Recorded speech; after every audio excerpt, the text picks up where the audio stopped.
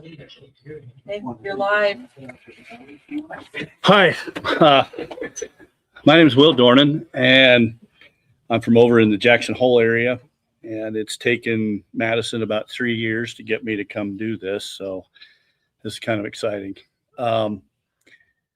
She asked me to come in and tie some bugs and give a little bit of where I got started on this. I've been tying flies since I was about 9 years old, and I'm actually from over in Kelly, Wyoming.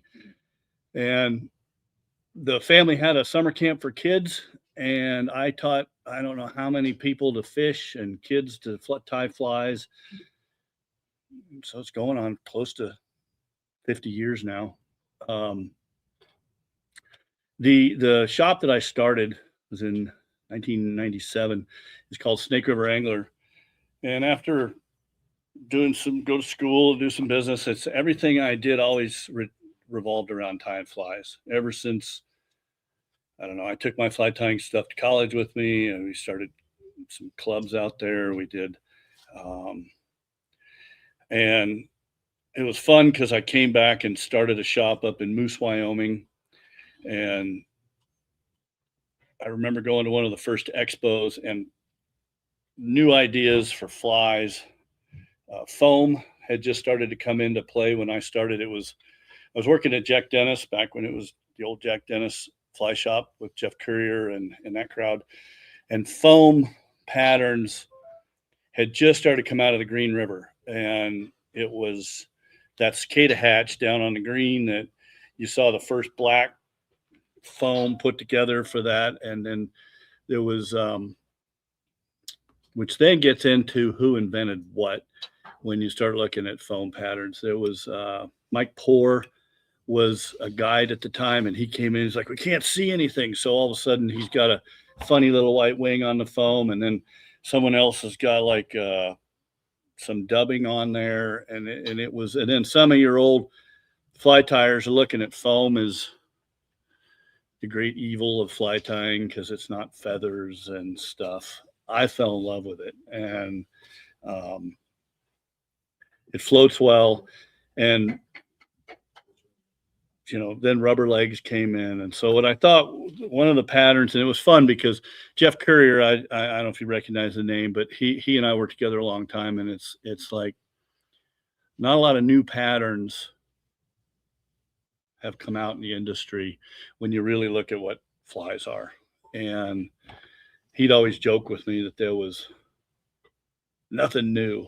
And then I was sitting around with Jim Klug, who was with Yellow Dog, and Jim was back then selling Reddington rods and hawking Spirit River flies, and we're sitting in the room, and Spirit River would give me materials, and I'm looking at the wall at the stuff, and I said, he was just sitting across trying to sell me more flies, and I tied up a water walker, and I'm like, that's it.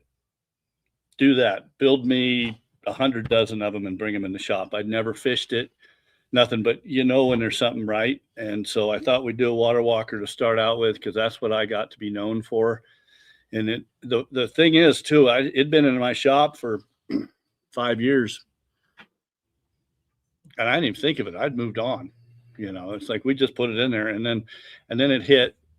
And all of a sudden, the fly companies were looking for it. And I was moving on to other patterns, and they're like, that thing's awesome.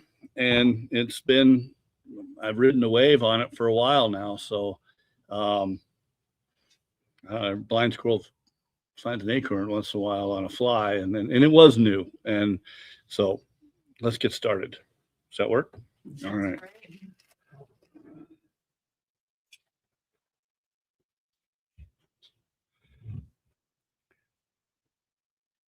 I'm going to tie the traditional one, which is a pink water walker. And it should have won the one fly 2 years ago. It was off by actually 1 2-point dink fish, and it would have won the thing. But it's been a consistent pattern. They even know about it down in Texas. I just found out about. So it's been a good one for. To me, it looked like a stonefly.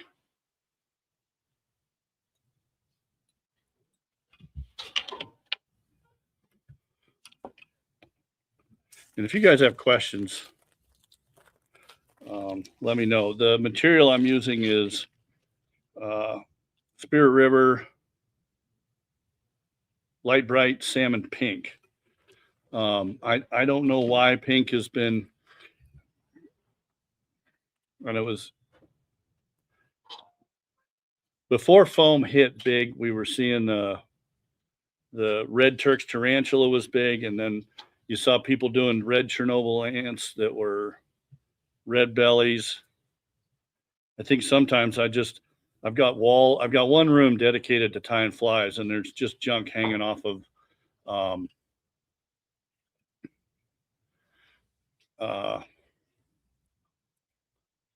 pegboard in this room. And sometimes I just tie stuff off and tie stuff on and see what happens. But the pink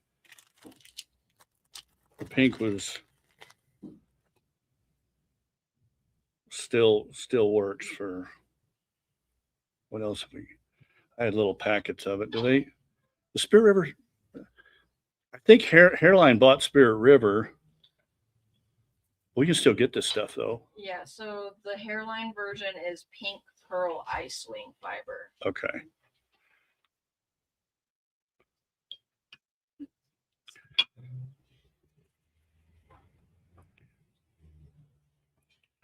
I take big, and I know it's not on the video thing or on the whatever, but I'll buy big sheets of this foam and then get a cutting board and a razor blade and a metal ruler and slice strips of foam.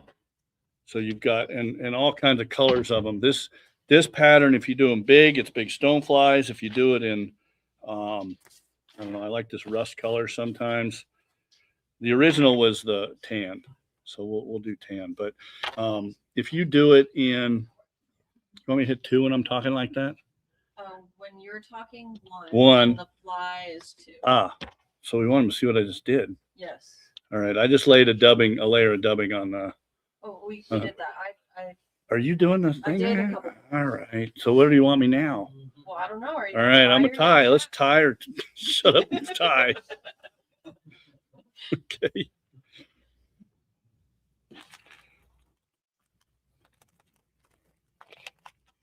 But if you start changing colors and sizes up, you can have salmon flies or squala flies or golden stones if you're doing like a dark brown with a golden belly on them. The key is, I got to say it. I got to do it. All right. This thin fly foam is what made this fly possible. And we had a panic a couple years ago where we couldn't find it unless we ordered like a train car full from, I don't know where, and I was talking with a gentleman about where to get thin fly foam, because this is the wings. We're taking blocks of foam, and you get a meat slicer down at Cabela's, and you can slice blocks of foam, and it's that Evisote foam that's kind of see-through. It makes awesome little wings. So we're chopping.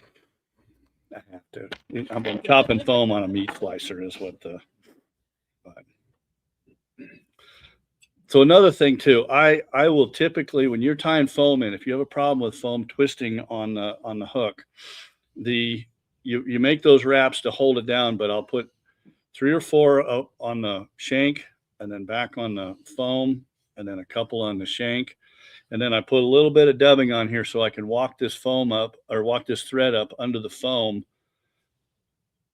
to where the thorax begins. And then that hides your thread.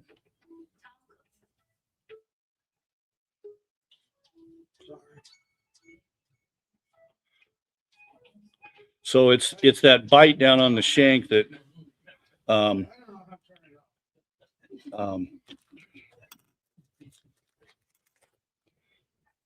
then put a little on here and creep that up to the next, to where your head is.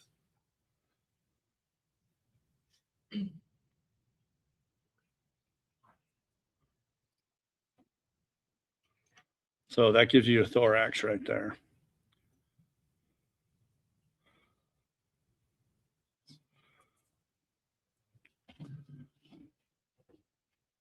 This is some brown or root beer crystal flash for under the wing to give a little sparkle.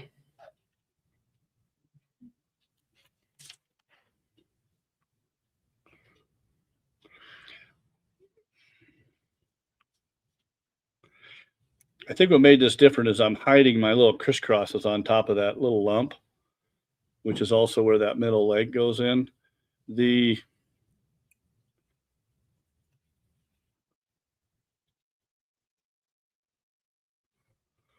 Okay, so I've got a little bit of flash folded back in there. I cut these little skinny strips for the wings on that cutting board. That was one of my wife's nice cutting boards at one time. So it was kind of ruined by the time she found out I'd gotten hold of the thing. It's like, okay.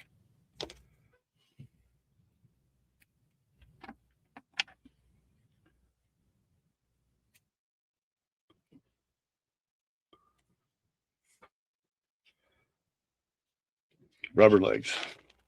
Let's do, I've got some silly legs.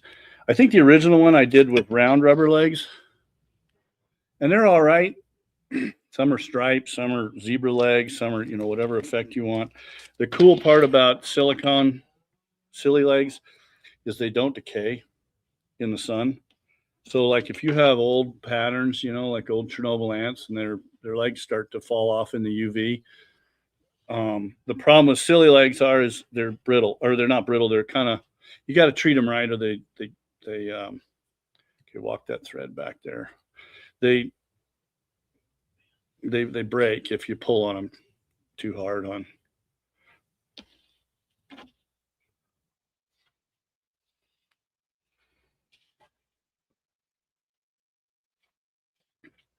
Cross it up to the next one.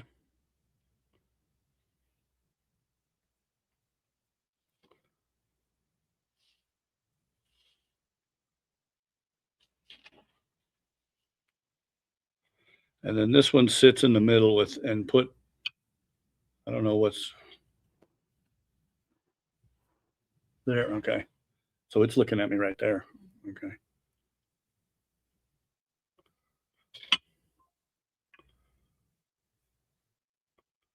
Put some little X's on there.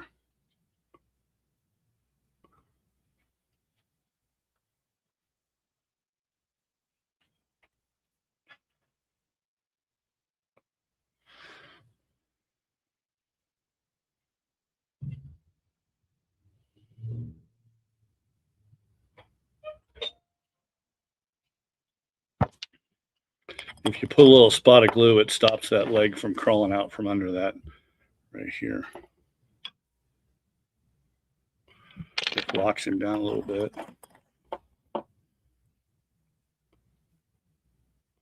Get him squared up.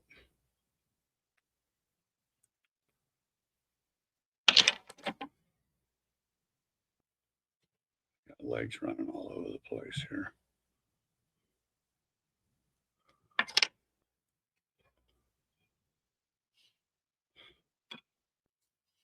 And then how wide you cut that foam makes a difference on how far it pushes those legs down on here. If it's too big, it wraps all the way around. So you'll get used to how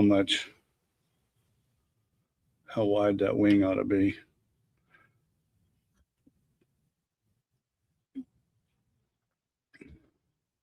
So when we did them the first time, I didn't use calf tail, which actually technically is kind of a fur. That's the only furry part of this fly. The rest of it's synthetic, but it keeps the wing from flipping up.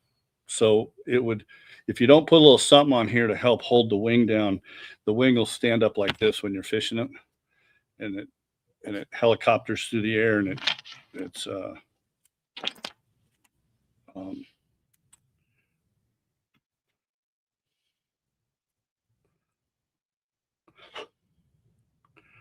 I guess I'm weird. I stick my stuff in a hair stacker backwards, but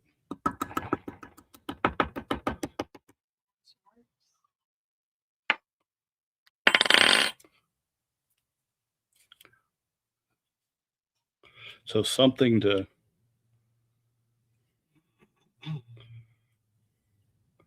hold that wing down was the purpose of that.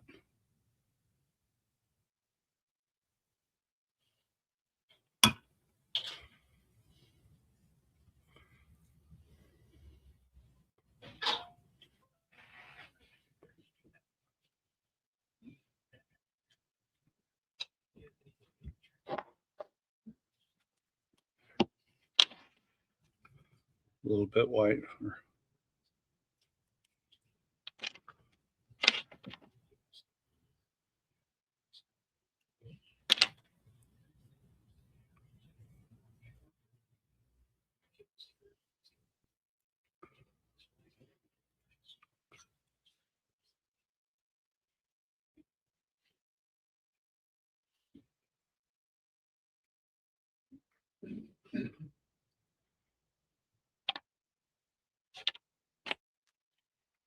That was my whip finisher. There it is.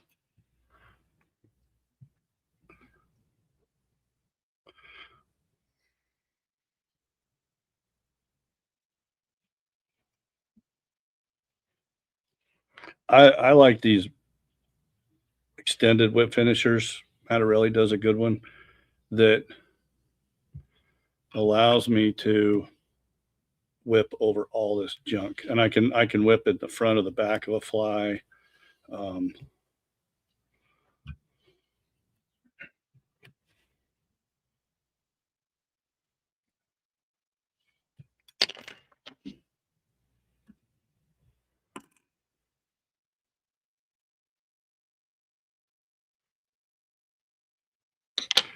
right. So the legs, this is a little thing I found it just, I think my son was using it for models for picking stuff up, but it's been a pretty good little, like forceps will work for this, for doing knots. And when I'm doing, I make sure the knot's real loose before, coming in real tight, and then work it up close to the body of the bug. And depending on where that knot seats is how the little legs are gonna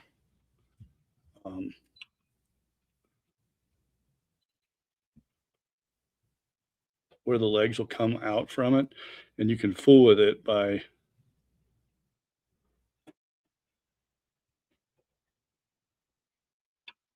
maneuvering that knot up and down its spot.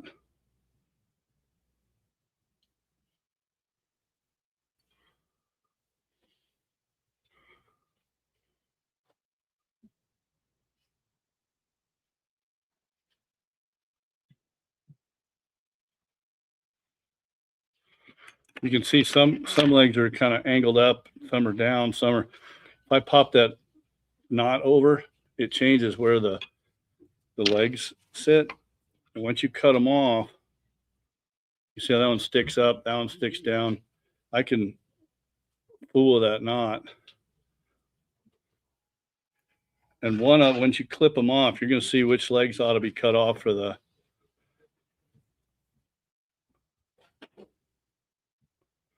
So they look cool. There. That one. I rolled that one.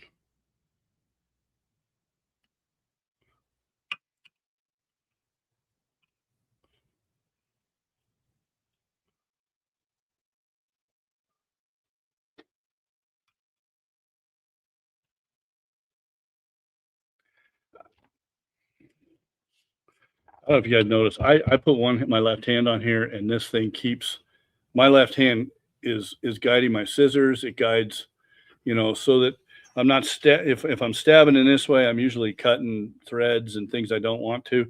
But my thumb, those scissors sit on my thumb, and this is I'm not just diving in, so it just helps for control. All right.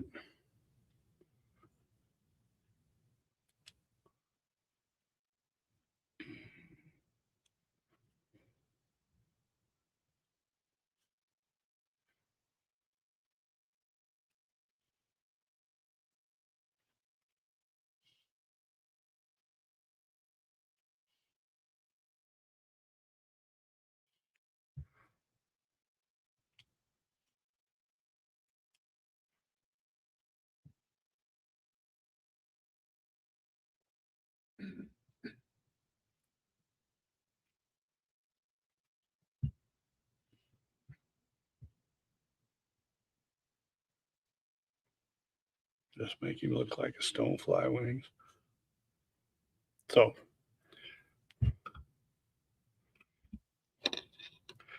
I didn't even mention that's a size 8. I'm using these barbless. It's a 3X long streamer hook. There's enough foam to make him float. The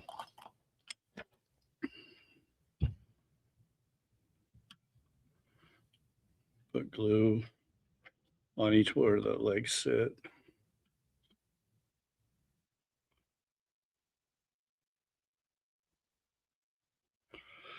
Some people put glue on the knots. I don't think you need it. I think for the most part they hold together all right.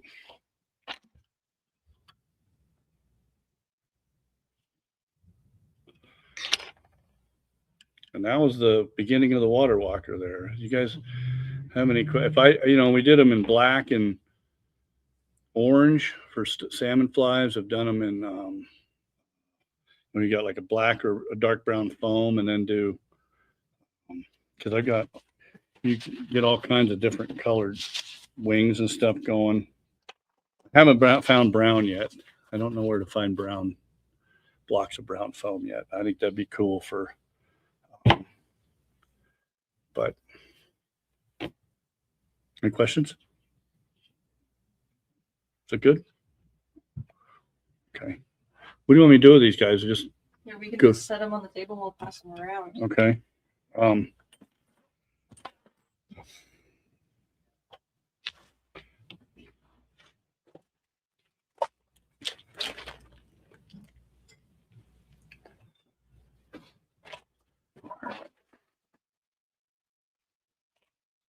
So this was another fun pattern that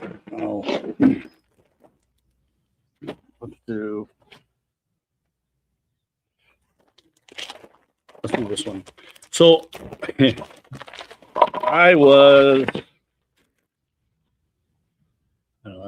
my dad would take me over to the Henry's Fork at the railroad ranch when the parking lot was still dirt.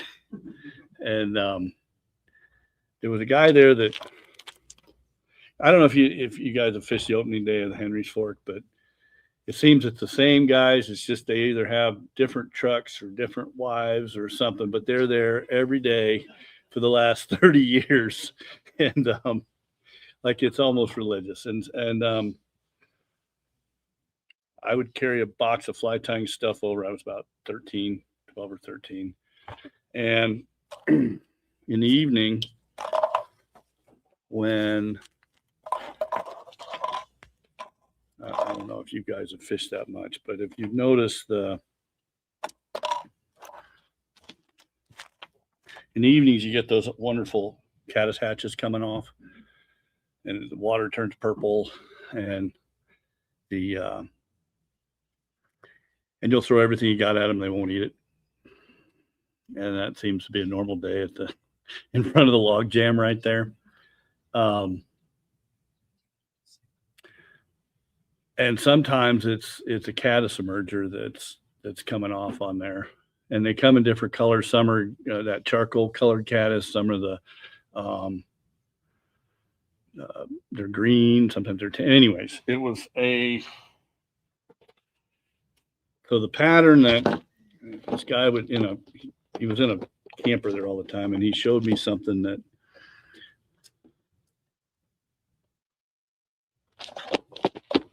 it worked pretty well. So I've kept this in my arsenal. I haven't put it out to the world, but I thought tonight we'd do it for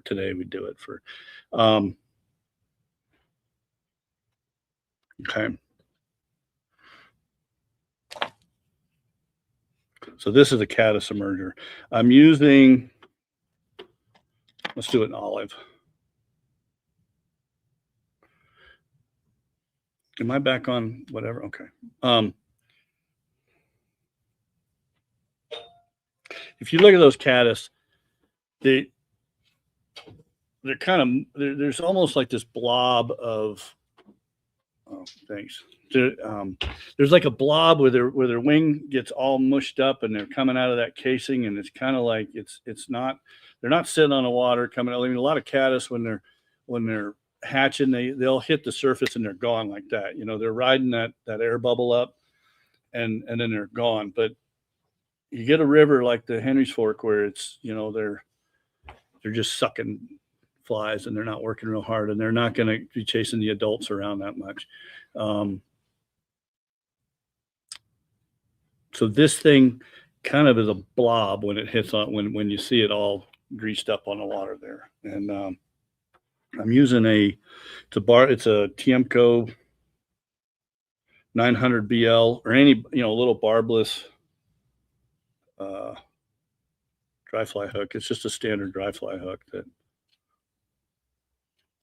am I back on the? Okay, there we go. See, it's going to take me a little while to get used to this TV business here.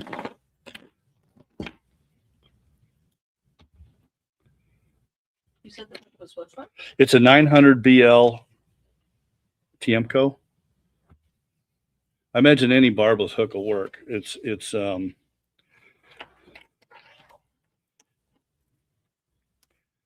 that's weird. When I started tying these, I had some old yarn out of a sewing basket I got my hands on. Now we got sparkle yarn,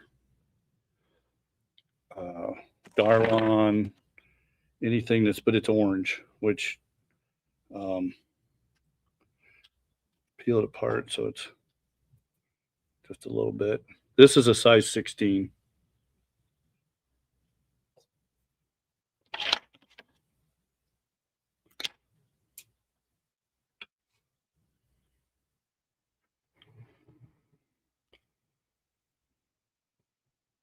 Is anyone new to fly tying in here, or is everybody tied quite a bit in here? Is that, you know, when you're new, okay? Because when I'm putting material on, just for fun, when I drop that on there, this comes up. I grab that line in my fingers, and it slides all the way through. So I'm holding the material and I'm placing material. I'm not just wrapping material. I did it with the foam. I do it with anything I'm putting on, especially deer hair or elk hair or something.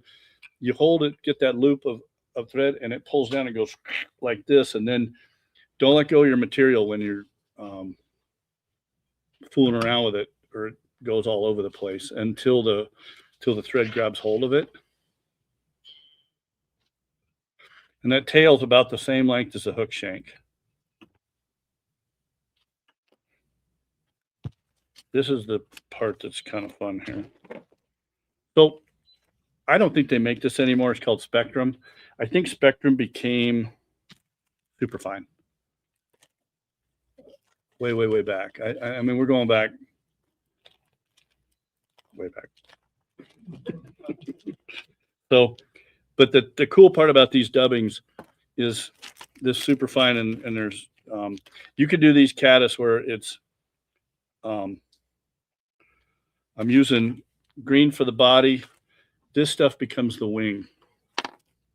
It's stringy. Some dubbings are all chopped up and they're great for being whatever. But for what we're doing with this becomes our wing. So I kind of get it straightened out.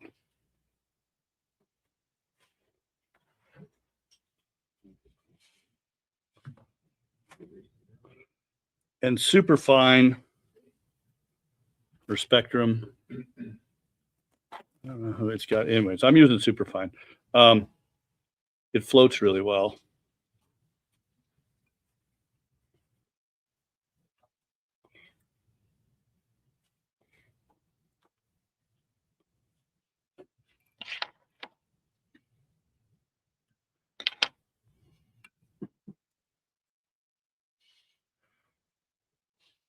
What color of Superfine is that? Aha.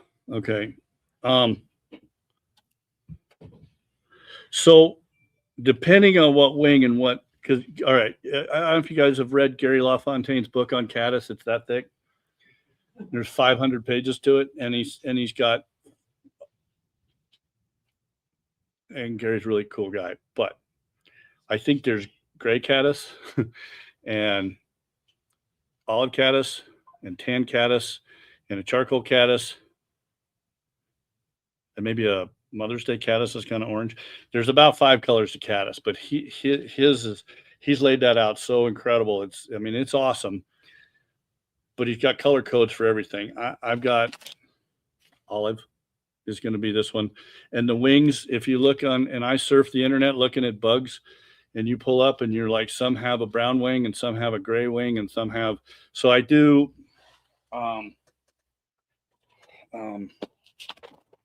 Superfine comes in a zillion different colors.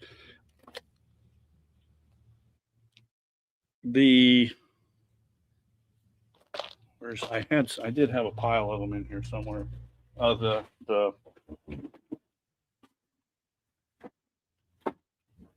know. I've got all the colors, but rust. What is this? Olive, and then this is brown. I do like the mahogany, which is this color right here. Sometimes that blue dun makes an awesome colored wing, and then because it's kind of gray, and I do have some of that in this pile here somewhere. But so as you said, Adam's gray makes a really cool, because you look at some caddis, they have a gray wing. So I've got a brown wing, and we're going to have a green body, olive body. And I know somewhere in this mess here I have the other colors, but okay. Do you have Superfine on the wall? Mm-hmm. Okay, because you go through, you have probably a bunch of the different colors, and so, you know, a lot of the way I'm looking at this is, you're on the river and you're looking at a bug, it's crawling on your glasses or something, and it's a little charcoal colored caddis that's coming off.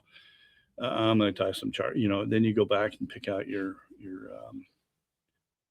colors and go for it. You know, that's how the water walker came around. I look at stoneflies and go, okay, that's what the bug looks like. We could build that. Spend time looking at your insects, and then you're going to pick. Anyways, all right. Olive.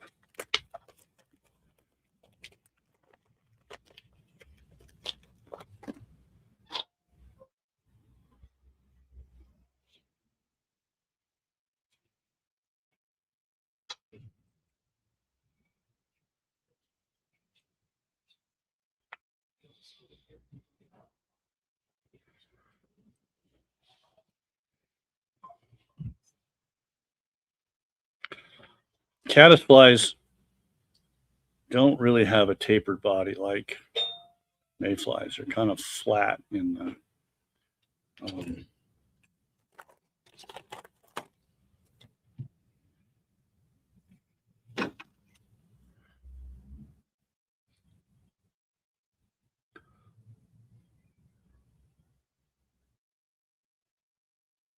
So here's my wing. It's dubbing pulled into a loop.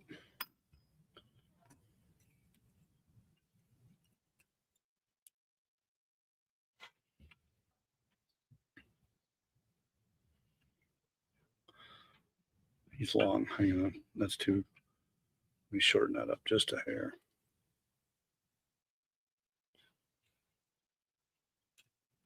There.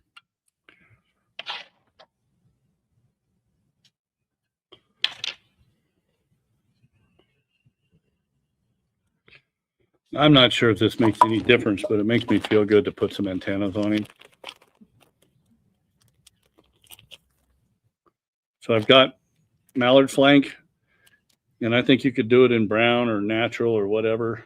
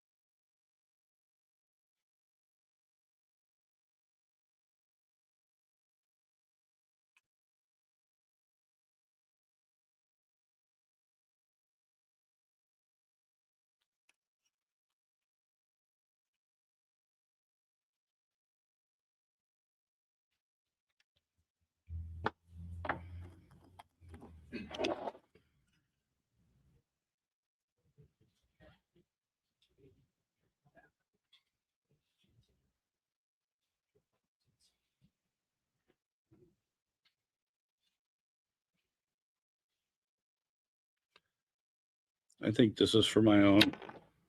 I don't think the fish are looking at these, but it makes me feel good to put them on. That had so much. Yeah, it was. Come on, stick together. That one just jumped out on me here. All right. I pulled funny on that one. Hang on. Yeah, I just.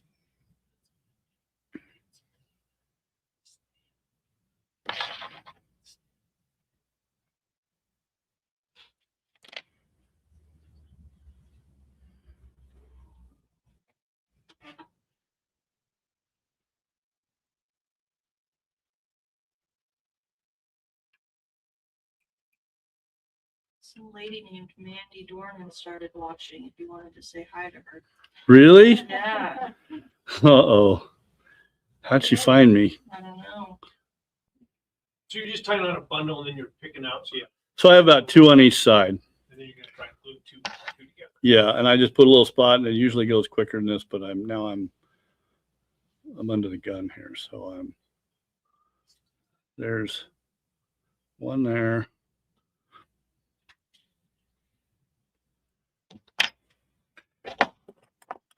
And when I first started doing these, I did not put it on, but it was fun, so I did them. There.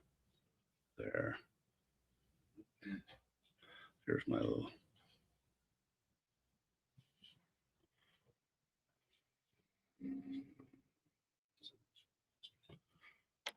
It'll be fine.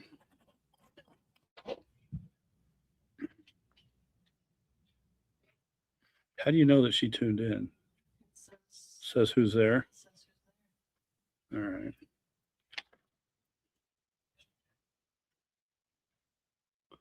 Some reason I'm fighting with those guys on this.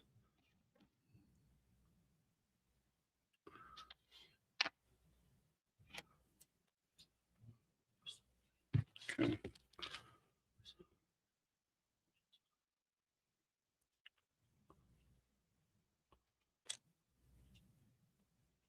So I'm looking for a.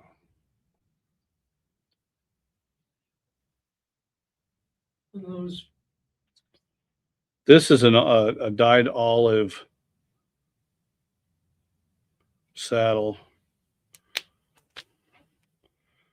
And I'm looking for something that's about, on a dry fly, your hackle is about 1.5 times the hook gap is a normal.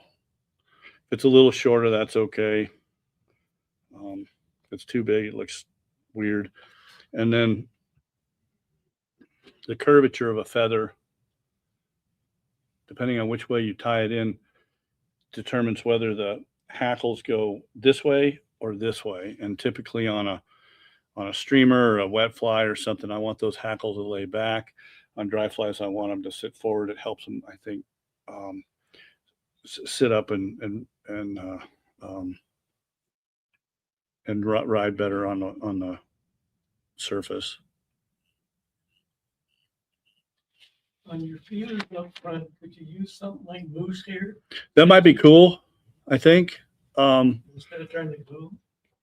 And it was I got onto the mallard flank because it matched up with some of the other, like when I was using a real light gray wing or a gray something. I was trying to make the antennas kind of look a little bit like what the body or the head and the stuff might be, but I don't even know if you have to put them on there. It's just when you're goofing around at the vise, you're like, all right, caddis ought to have some, huh? It catches him. Yeah, maybe that's. So I do know that with this fly, crap. The oh, did I say so? Is that all right? The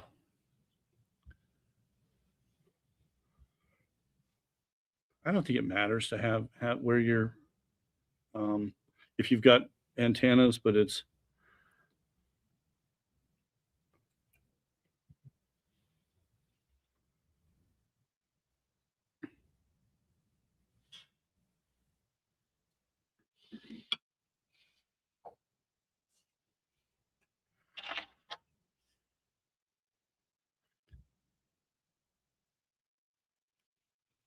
Well, let's put it this way, you gotta fish the fly you like. So Yeah. So that's what it's all about. it is. I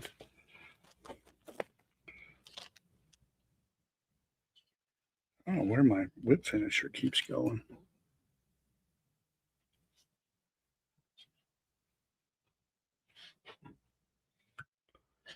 There you go. Yeah, moose would be good. I think sometimes I've seen it if you have two hackles on a caddis, you can use the tips at the ends of the hackles, like they'll do that on a Goddard caddis. This is a pretty pretty small, delicate little pattern that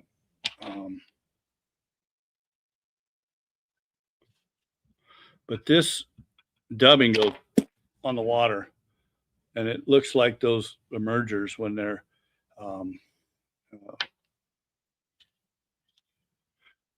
I don't know if you ever get over in the Henry's Fork and you sit and watch them pass your stuff up over and over.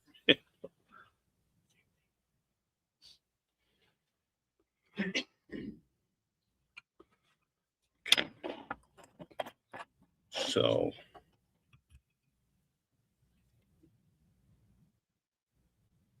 he turned out all right. It's funny. I know the shuck is orange. It's kind of loud. The stuff I had was like a burnt orange stuff out of a yarn basket till it was all gone, and they like it. So I've seen like olive shucks and stuff, and I still go back to orange. Or it's kind of obnoxious, but it's so Probably a hot spot. it's got to be. All right, here's another fun one that I got into doing this stuff with. Look at all my stuff disappearing in here.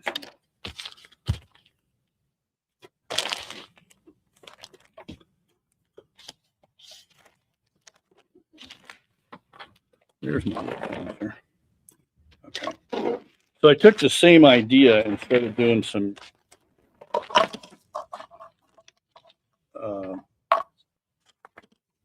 a Yellow Sally version of it.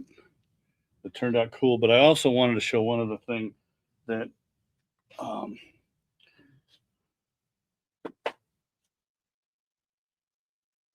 where's my other box of hooks? Here they are.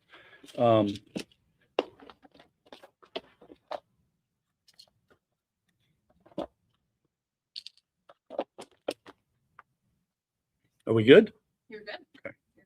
All right.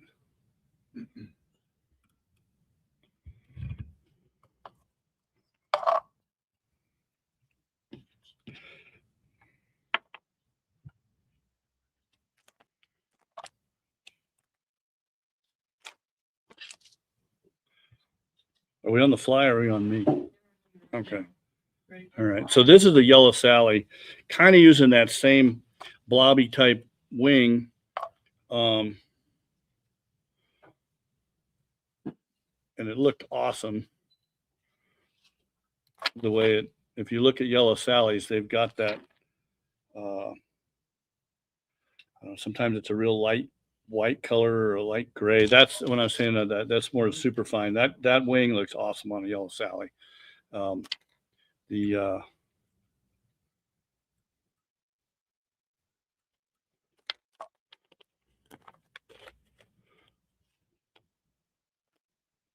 Madison sold me some of this stuff. It's for Yellow Sallies, I'm either doing a little pink or a little red hot spot on the back or the something on, this is hot pink, like a hot pink it's like an ice dubbing, tactical something. It's here. Yeah, and I sometimes I'll do red, sometimes whatever's here's a red thing. Sometimes if it's I don't know how you're feeling, but there's like just some regular dubbing depending how loud and obnoxious you want it. But I think that a little hot spot isn't a bad thing for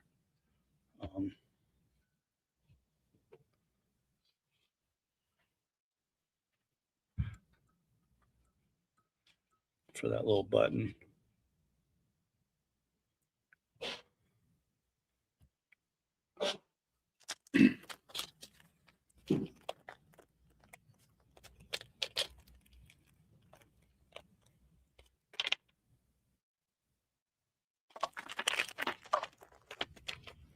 So I'm using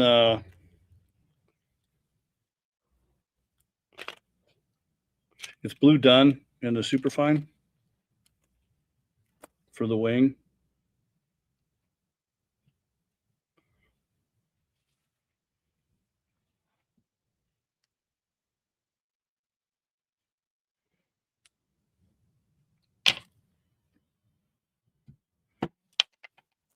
And then for the body, I've got light UV light yellow ice dub.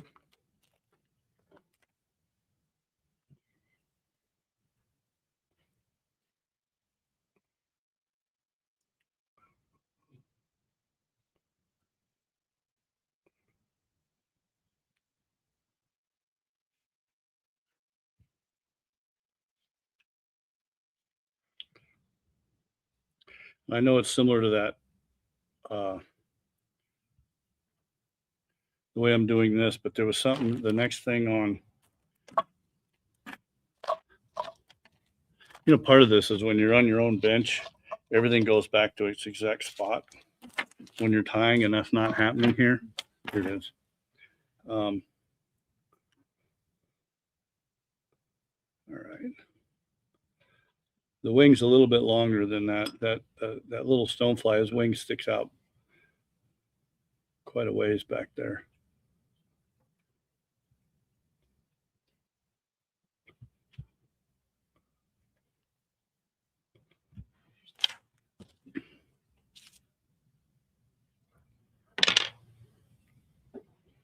Okay, so this is where I wanted to do something here.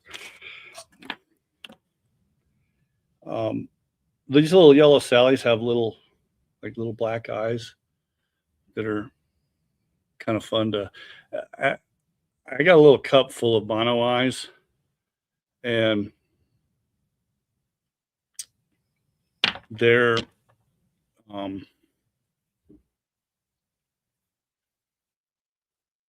okay. This stuff is 20-pound fishing line. I think it's a roll of garbage I had. And if you take the RIT dye that you buy at the grocery store or something and put it in am I on talking here? Is this me? Is that me? Okay. All right. So anyways, this is 20-pound fishing line. And I took, you take a little metal pot, or then you take a little, and take a,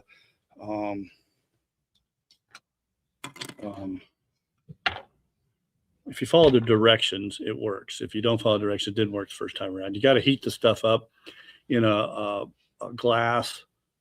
I put it in the microwave, heat it up for a couple minutes till your water's boiling, put it in a little metal thing, and you can put your fishing line in there. And if you do 20-pound, 30-pound, it takes monofilament takes dye really, really well. If you're doing damsel flies, or these little stone flies are kind of fun. I mean, a lot of little bugs have little eyes on them. So this, my little tweezers. So this is a little chunk, and I've got a little on my fly tying desk. I have a little measurement on how much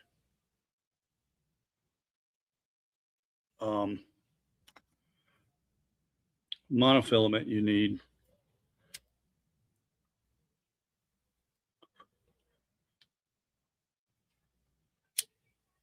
to make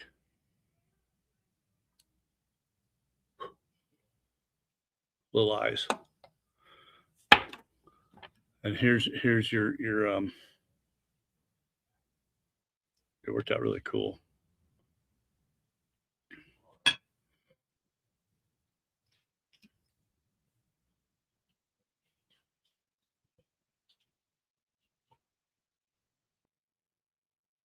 So I did little figure eights on my eyeballs here.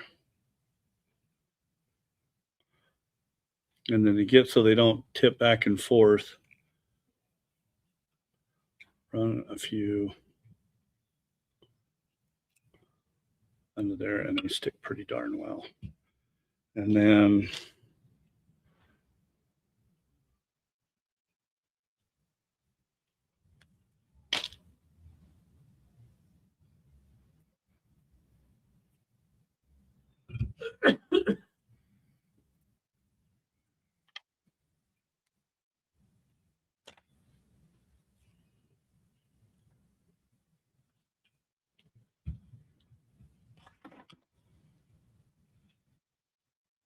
we back on the bug again.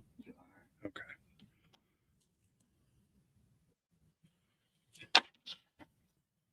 So these are, so I've got some awesome saddle hackle. I typically, and I got off on this when I was talking about which, if you tie with the curvature of the feather coming out and away from you, it typically will sit this way. Now you'll find some feathers that just don't want to get along with you, and then I tied some in this way, and I went, oh, they were that way. But for the most part, when the curvature of the feather comes out, it will sit like this, which is how I want it on dry flies. So the fibers are when it's coming through the water and everything, it just sits better. So these are little micro. Oh, thanks for keeping track of me. The micro plexi floss, which is funny because they come in a lot of different sizes. So when you find the right stuff, you know, whether it's black or yellow or whatever, pounce on it. But the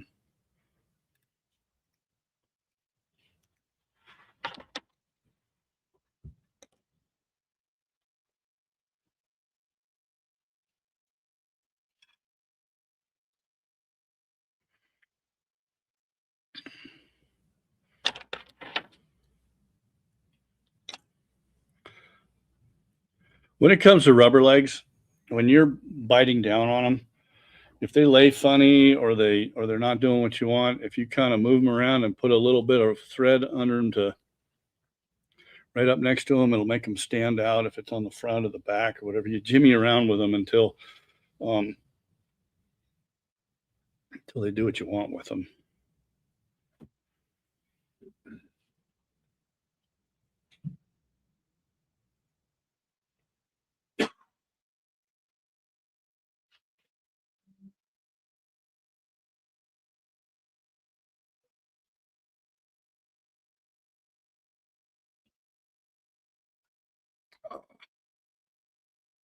Got away from me on that.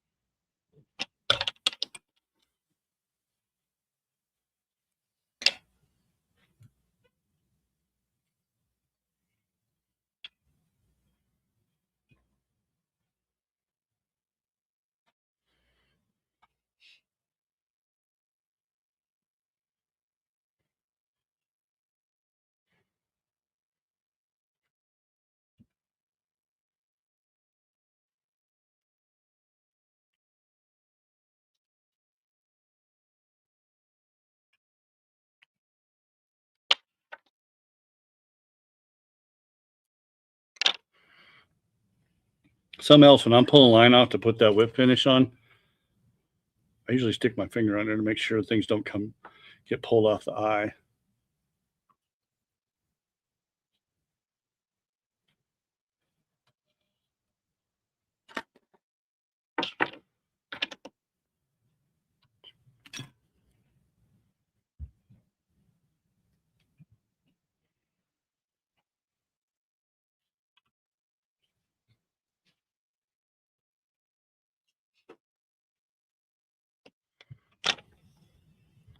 And again, that wing lays flat down on there, and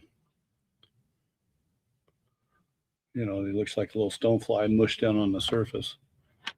Cute little stonefly. There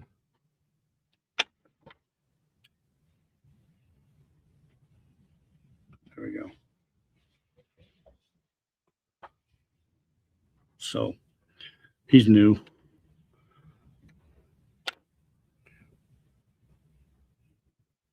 All right. I do have. We good? You guys want to keep going? I got another one that's fun. That's a. An hour. Huh? You got an hour. I do. All right. Okay.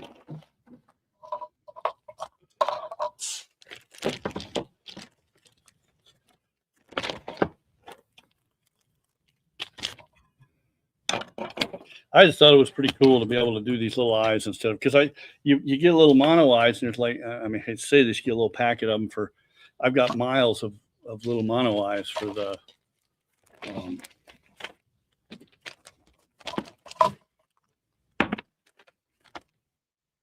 they're never the right size. You get mono eyes and there's like, they're this long for a fly that, yeah, I don't know if you, and then you got to buy large ones and small. It's like, there's certain weird things that just drive me up the wall on.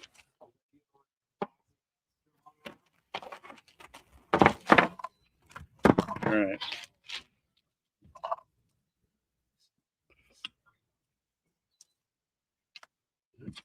So this one was a grasshopper pattern that, I don't know if you've tried to tie a, the Moorish hopper is awesome. It fishes well, and I kept going, all right, but doing something that's a little more creative. We're gonna do, so I call him the water hopper because it uses a lot of the same techniques as the water walker, but I got to, is this me again, or are we on the? On you, Good. No, that's fine. You know, grasshoppers have like that underwing. I don't know if you know, some are red, some are black, some are, so I was able to put that into this thing. I've done them in that, you know, this cheese colored stuff or gray or dark brown. I like these colors too. This rust is a good color, but I figure we'll do it in golden stone foam. I need a 3X. Here we go. Go one size bigger in that.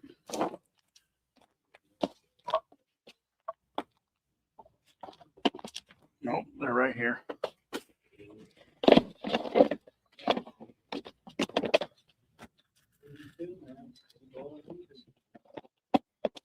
So this is a Tiemco 5263 barbless.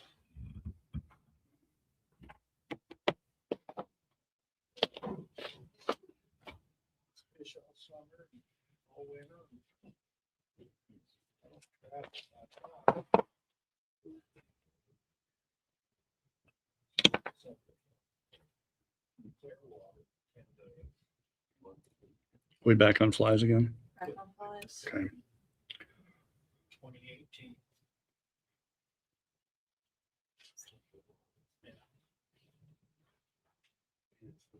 So I lay down I'll cover that hook shank in a layer to get, so things don't twist on you. We good? Okay. All right.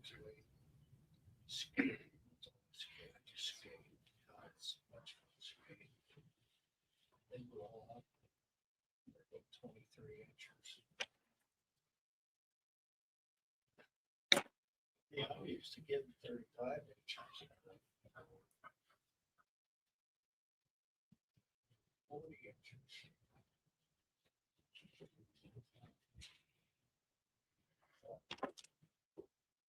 We still take guidance for trying to. Todd's still up there. Not see you guys.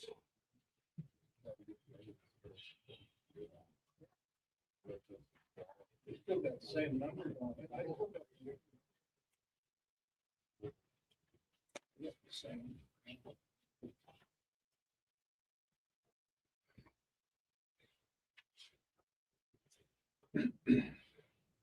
It'd be a big grasshopper.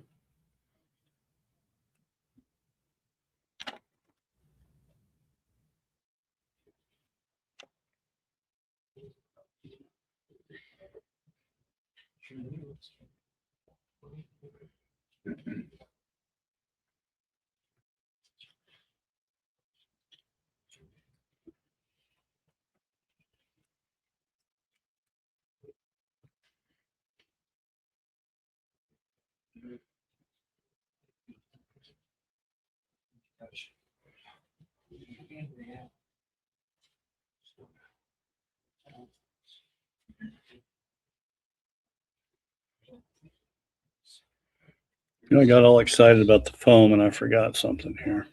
I normally put this in beforehand, but I'll do it now.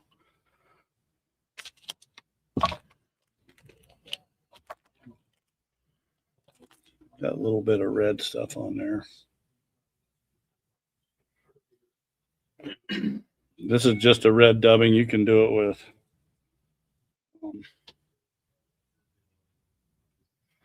so normally I'd put this in first. My bad.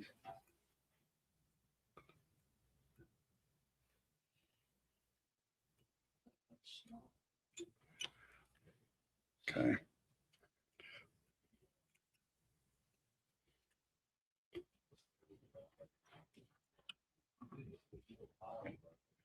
So when you're messing around with foam, if you're laminating foam or anything like that, this contact cement does awesome.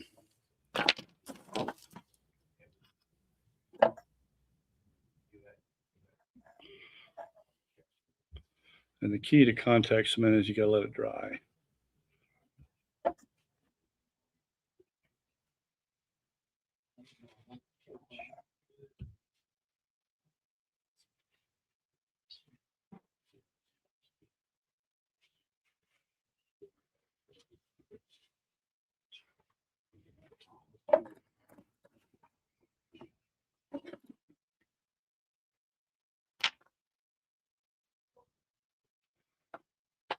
Now we can come to here instead of because I got to give it a minute for the contact cement. Once it dries, then you could maneuver it and put it anywhere that you're.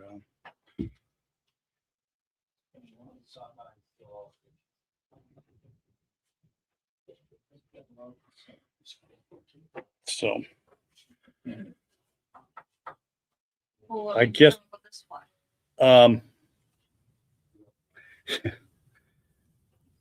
There's a few in the world of foam grasshoppers. It was like something different. We needed something different, something that was. If you look at the Moorish hopper, which we sell a pile of them, it's one something with a little more. When we get to the end of it, you'll see it's got a little more character to it than some of those other guys. But we put it together and fished it for the summer, and before we put it out in the shop, and it worked really well. So.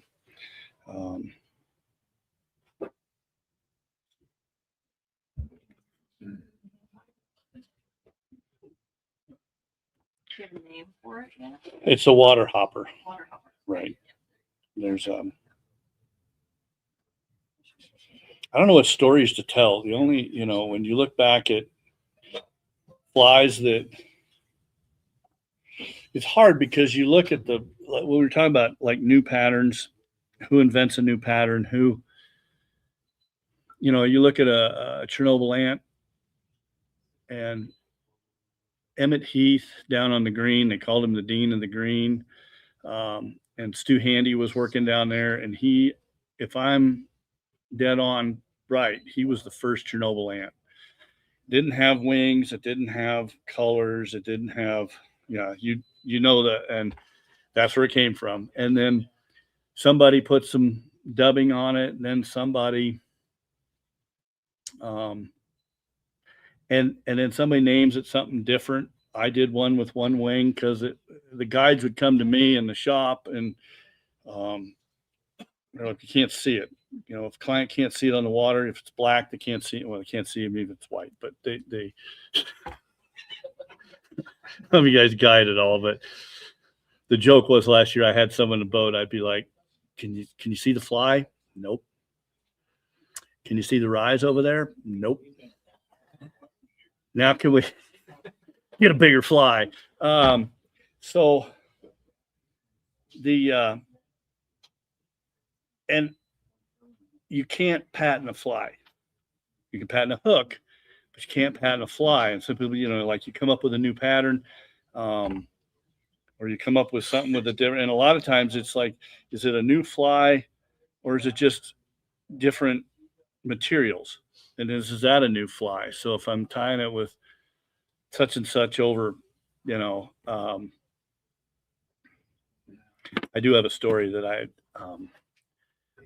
was when the fly tackle dealer used to go on a long time ago, and I was sitting in the Bailey's booth with Scott Sanchez, and John Barr had just come out with the Copper John, and one of the other fly companies knocked it off within 2 months. And I'm sitting there, we're talking about waders and telling stories and whatnot. And the other guy's fly thing that he was doing was right across the aisle. And he had put it in the catalog. And I think instead of it being the Copper John, he named it the Copper Bob. And if you ever met John Barr, he's a big man. And I'm talking to Scotty, and all of a sudden I see from the other side of the convention hall, it's down in Salt Lake. And here he comes running. I'm like, oh my gosh, Scotty, I think we're going to see a fist fight. We're going to see a fight. And you can't patent a fly. And those two were rah, rah, rah, rah, rah, and it was yelling in the whole thing. And it's like, because it was the only thing you kind of hope is that your name gets attached to that fly for the, and it's good press, and it's good for, you look at the variations of a woolly bugger and someone puts their name on it, but is that, it's a woolly bugger with rubber legs, but you named it that, or you do. And so I guess in the end, it all is kind of fun to get your name attached to something cool out there. Water Walker was a little bit different. Now it's in different places and it's different things, and maybe I don't know, but it's a funny business out there that you can't. It's like patenting a shirt. You can't patent a shirt. You can patent a logo, I guess, but you can't do. Anyways, that's so.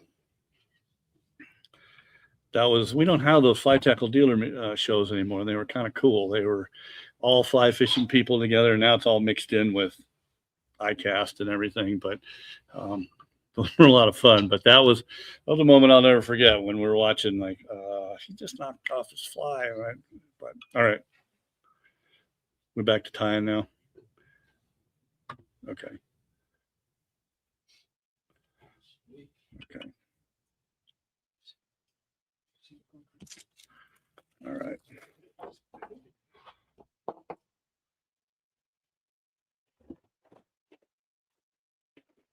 So I have lots of different, here's a cool color for, so that wing that's under, you look at a grasshopper, and this is what inspired this one actually, was you look at a grasshopper, and when they're clicking and buzzing,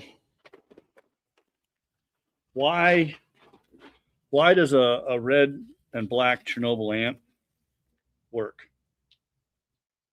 I mean, if you look them in a bin, it's what's with the red, what's with the black, and if if you're on the side of the bank and you're out of the boat and you start chasing grasshoppers down in the bushes, people think you're insane, but you run around, you finally get hold of one of those things, and their wings flare out. Some are real bright yellow under those wings, and there's black on them, and some have red. Some have a real gray body, but that brilliant red wing or something is under there. And that's kind of where this got started on. This is Swiss straw. You can get them in all kinds of colors. Got bags full of it. So some, I'm looking at, like, some of, you've got like a brown, like a grasshopper that's got like a brown body or a gray charcoal kind of body. tan, black. Some are real black with that. And I think that when you see them, when they're real dark, real black, and they've got that red, you spread that wing out. And when a grasshopper's flying along and the wind catches them, and oh, here we are again. Sorry. When the wind catches them and those you know, the black body and that when they're all mangled up on the water and they're kind of kicking and doing what they do. Maybe that's what it is, because there's no stoneflies out that are red and black. You look at, and cutthroat love them. They love that red and black color. They love the pink colors. I mean, there's a lot of weird looking colors that came once this foam thing got out of hand. You know, pink with, you know, pink foam, like what they got. A lot of pink. Pink became huge. So what I took the Swiss. Oh, here we go again. Okay, so now I took the Swiss straw and painted it black on the ends. And if you want a black one, do black with the red wings, or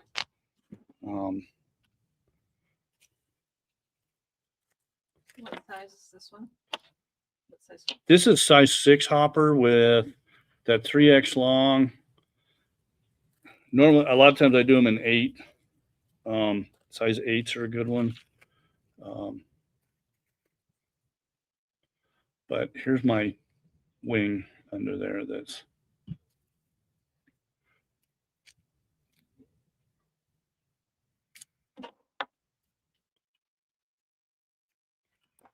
all right.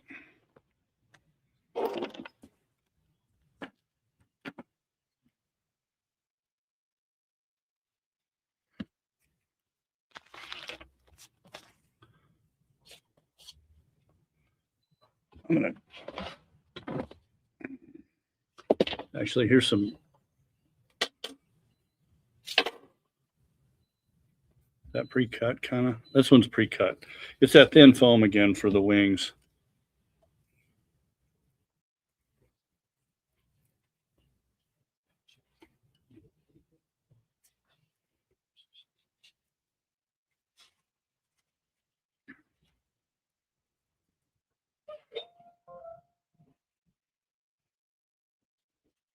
Legs. We'll do some brown legs. These are brown silly legs.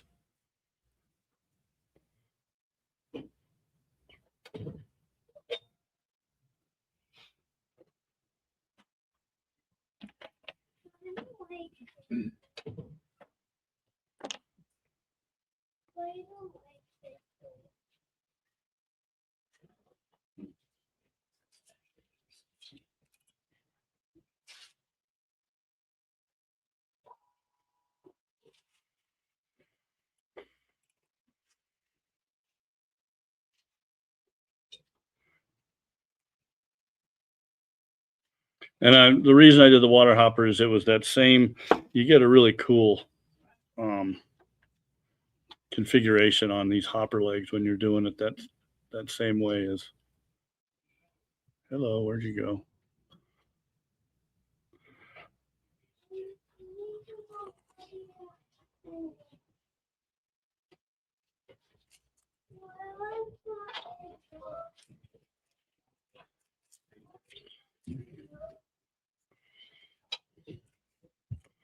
What just happened on here? He folded over a little on me here.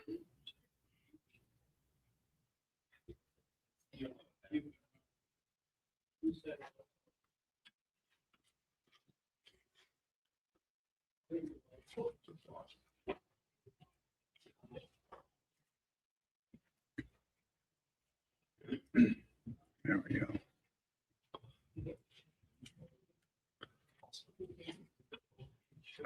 Something weird happened to that leg. There it is.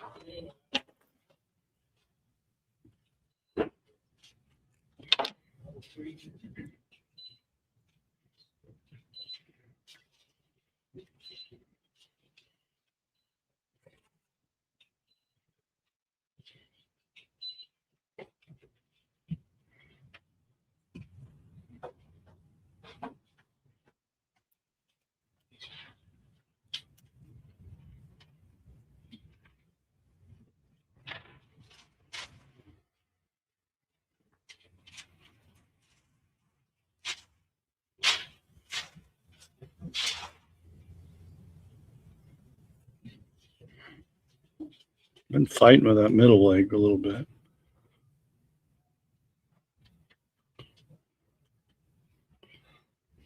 There it is.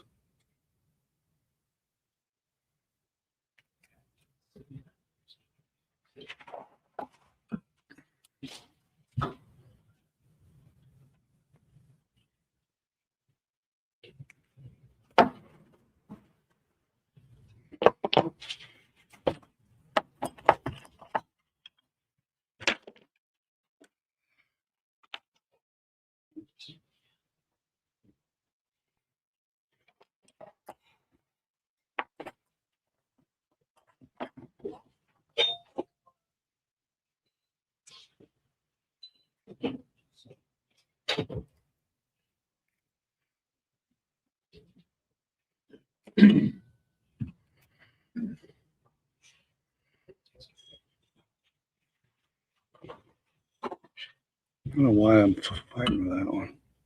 There it is.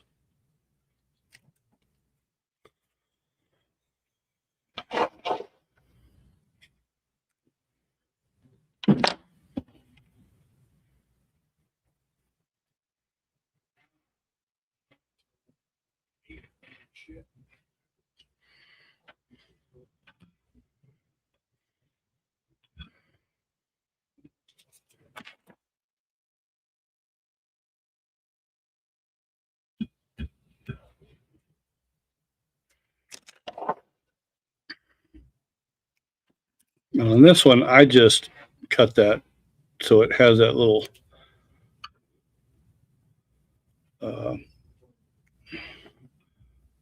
it looks like grasshoppers have that little shell on the back, but I don't know if that's from the perspective of a fish.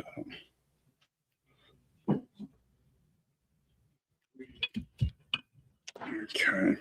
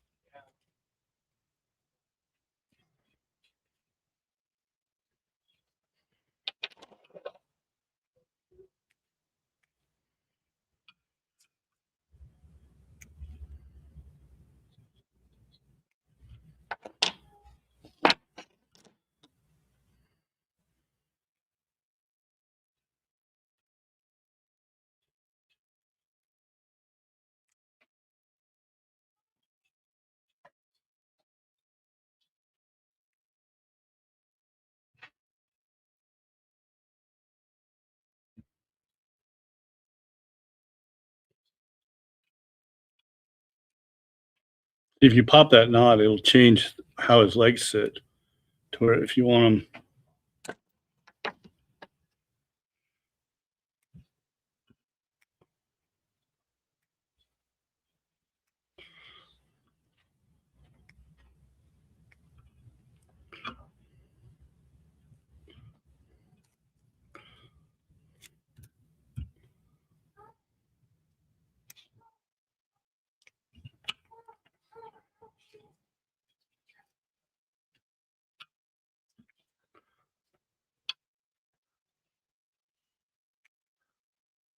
Okay, and then on this guy, because again, it's what you like, right? The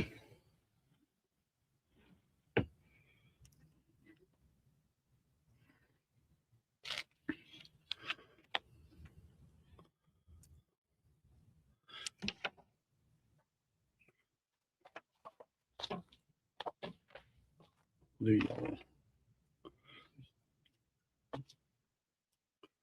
I don't know whether this makes him catch more fish, but it looks cool.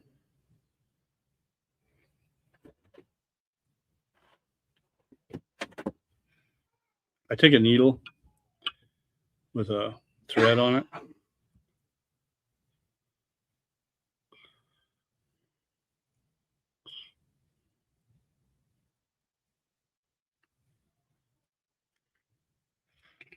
And I just think it gives him personality.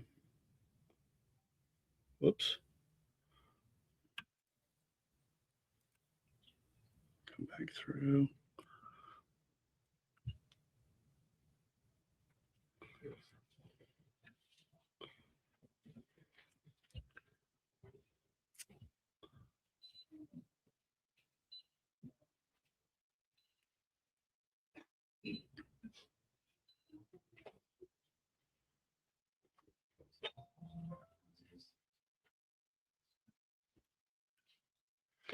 And he gets antennas.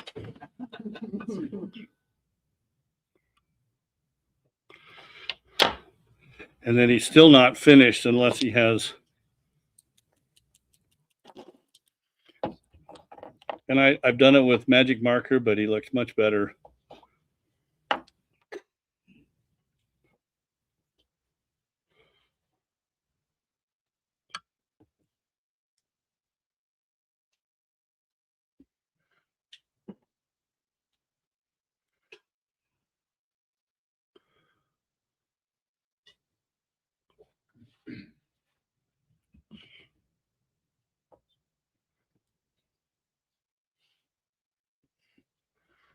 With eyeballs.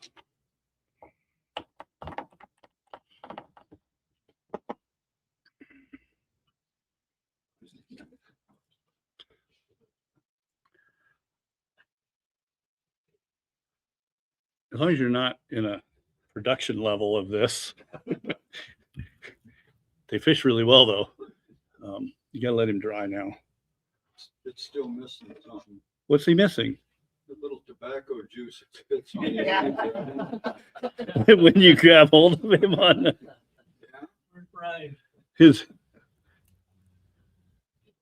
he needs a little bit of good tobacco. The last defining act before the trout eats. Yeah. So they've been fun. That one's fished well.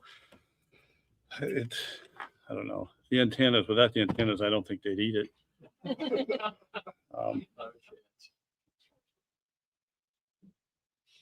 Okay. We can do one more if we want. You up for one more on this? Sure. So this one I did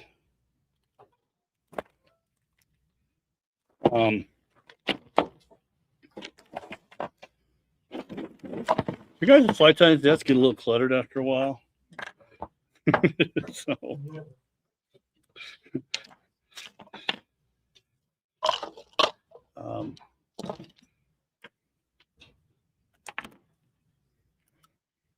it's funny because when you're in your own place, everything goes to a certain spot. You always know where to find it exactly even when you're throwing junk around. But okay, so this one got started. I don't know what number 1 and 2 means. Okay, so I had somebody in my who was it? I had Chris Lawson from up at Henry's Fork Anglers, and the other gentleman they were in my one fly boat, and I'm just talking about who it was the other day, but Chris fished one of his dad's matukas, and I wish I'd snarfed one from him because I kind of would have liked to have had one that Mike tied. And it is on video, and it's a really cool matuka. It's tied backward, upside down kind of, but it's a super cool. And I was talking about some of the fly manufacturers tying them, and it's those feathers the really nice feathers are expensive, that Coq de Leon thing. And so I almost tied one today, but the other guy in the boat had a fly that looks a lot, What's that? What are we okay? Is it dry? Oh, is his eyes dry? You can pass it around. I'm sure it's On Sherman. was it Hans was with me? On Sunday. Sunday, yeah, because it was and Chris Chris and Hans. and Hans, and it was we did really well, and it was the humor in the boat was powerful. I mean, these guys, when somebody said that Chris hardly talks to the sales reps and stuff, which I find hysterical, because the sales reps need to be kicked around a little bit sometimes. But are you a sales rep? It is. I mean, because he says, yeah, Chris never talks, and we were in the boat, and the Hans was the other guy, and what came out of their mouths for 8 hours was priceless stuff. And we were laughing and having a good time. And and we did really well. And I think the energy in a boat when you're because in the one fly, you don't know each other. nobody knows one another in this thing. It's not these teams, and they raise all kinds of good money, and it goes to fish and everything, but in the streams and everything. But he had a fly, Hans did. It looked a lot like, and this is what gets into where the flies have, what is, what's new and what's not, who's, they, so if you look at Kelly Gallup's Laser Legal, it's a pretty cool fly, tied with the dubbing stacked, and it's got double hooks. And then you look at, he does another one called a smoke wagon.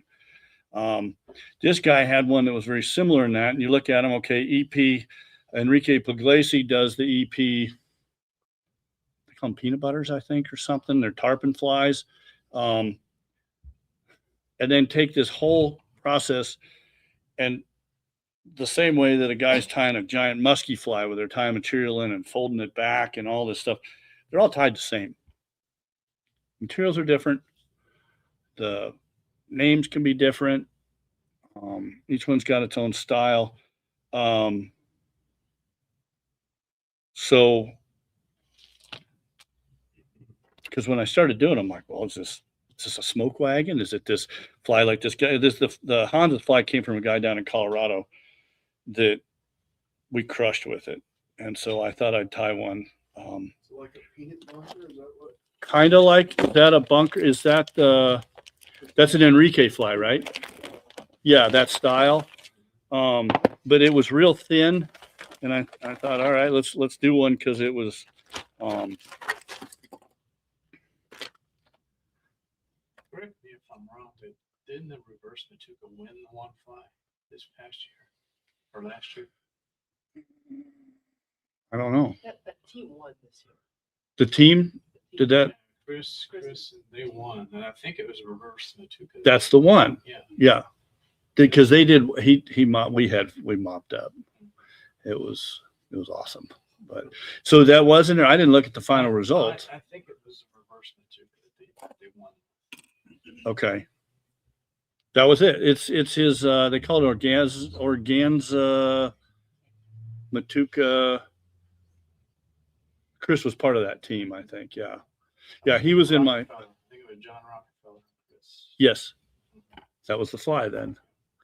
You can't, It's because just a matuka, but they just he reversed it. And the big thing about it, if you watch where the wet wire goes through, so the wire comes back around and over so that it doesn't push all the feathers over. And then we had to do a little jimmying on it. I mean, the flies take a beating, it's all you got. So, and then the other guy, Hans, fished this one. It was fun to watch now this hook is, what size hook is this? That's because there's, no, I'm going to switch hooks because this one was too big for what we were doing on.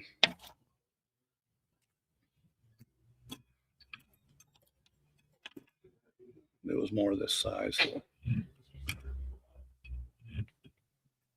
Okay. Are we back to tying again? Okay.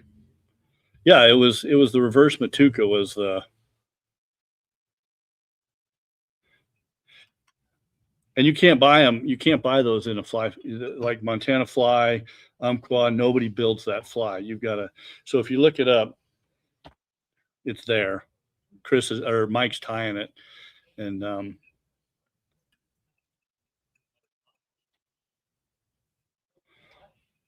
wait a minute. What am I doing here for? Did I pour everything out that I needed?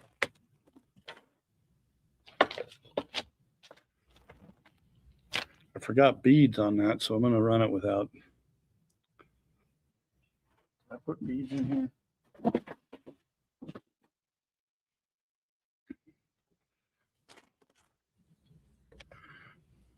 do you need? I need beads. What size? Like a 3/16. Do we have some? Tungsten? Sure. What Yeah. kind? Whatever's in front. Gold's good. got all excited in this.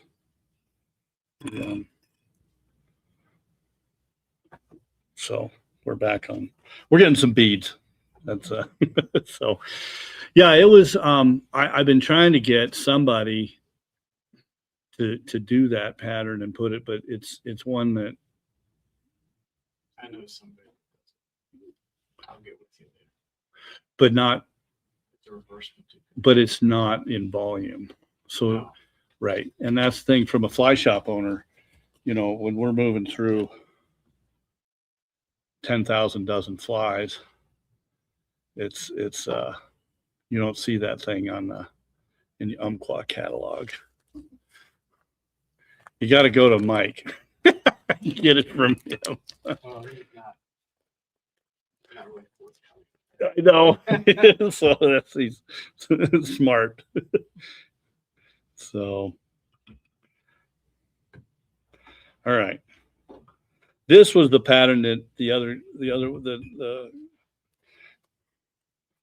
their scores brought me out of the dump, and I didn't do very well the first day, and then the second day we kind of see Paul was here. I had a bet with him Oh. in the one fly, and I kicked his butt. So that was the old guy's still.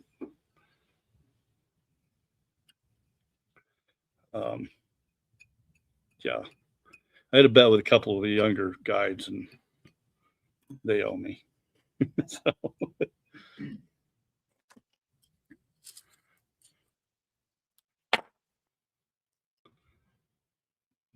Now I found on these patterns, this is some 025, 035 lead.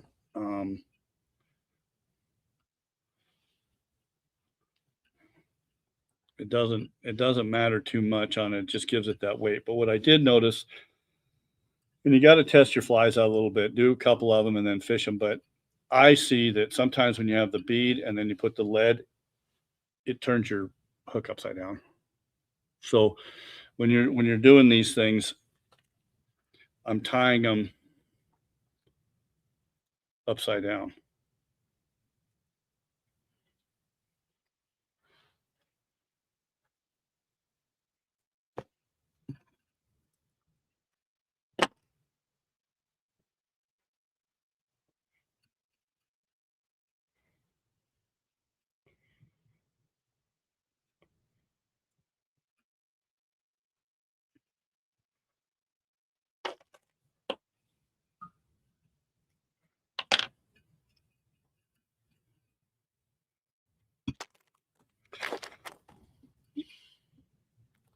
The thing that when Hans did it, he had a green, an olive, and a white one. My where are they? My favorite colors are black and yellow for when I'm fishing brown trout a lot of times. You know, and it's kind of like, you know, the double bunny was out there for a while, and now no one wants to fish double bunny because it's like throwing a wet sock. It's hard, and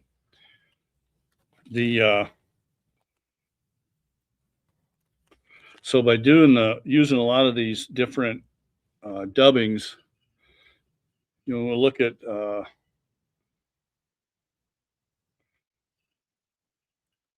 you know, laser legals are tied with laser dubbing. I started getting hold of some different dubbings on that are long and stringy.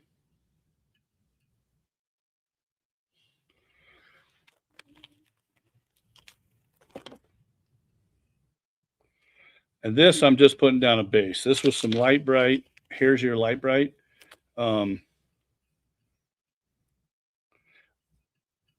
I don't know that it matters so much under here, but it's kind of like copper would be cool looking. Some gold color under there.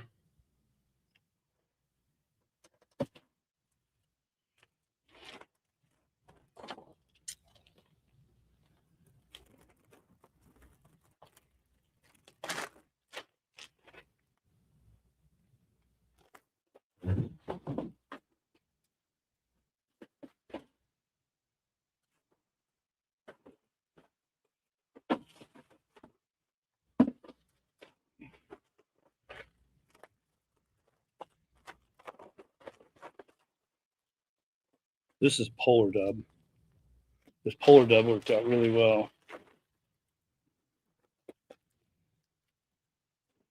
So we'll do black and yellow. So this is polar dub yellow, polar dub black.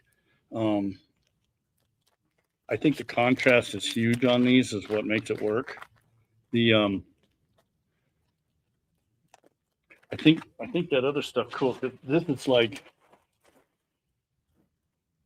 Fly Fish Foods bruiser stuff would work really cool. Like you've got Senyos.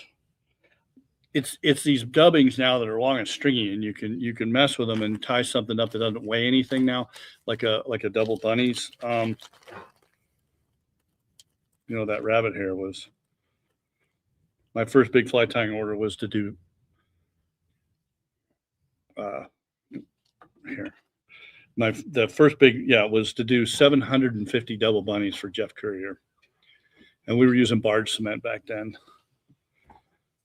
And I was in my basement with barge cement, and it made me so sick I couldn't even. And now if you use that tear mender, it's a lot better if you're doing leathers together. It was awful. I wouldn't have rabbit hair in my boxes for 4 years. Nothing. I wouldn't even fish up.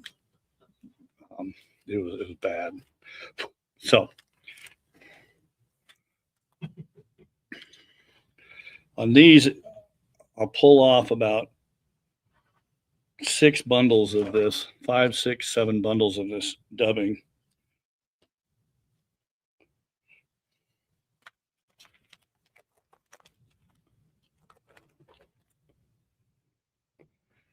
It does rip through a pack of dubbing in a hurry. It was, okay.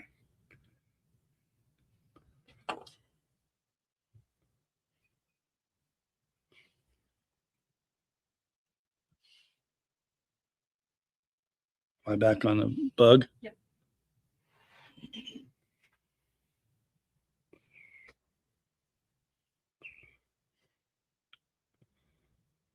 This black is not doing it.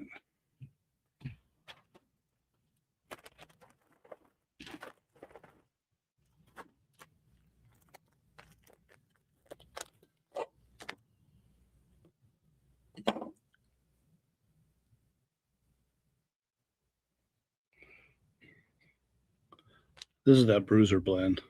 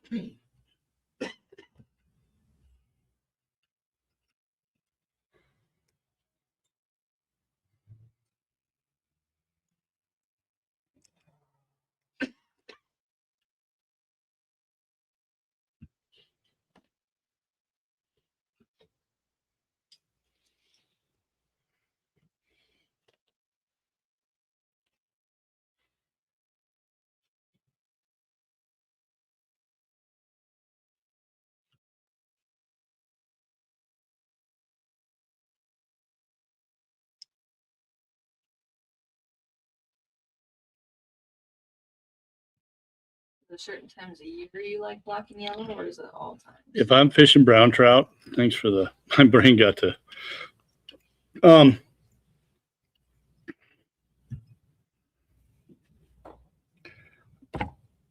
I like black and yellow on all kinds of stuff. I mean, I've thrown, I think it's a high contrast thing. You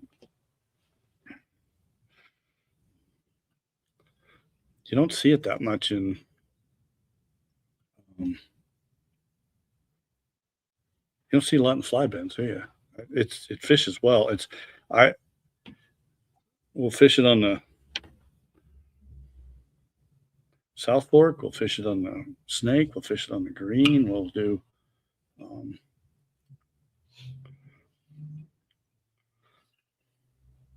kind of goes back to the old double bunny days, you know, that we do black and yellow or black and black and yellow double bunnies. And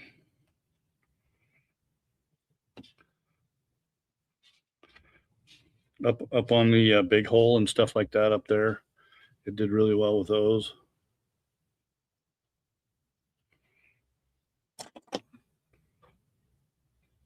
So if you look at the way that Kelly did the smoke wagon, it's very similar.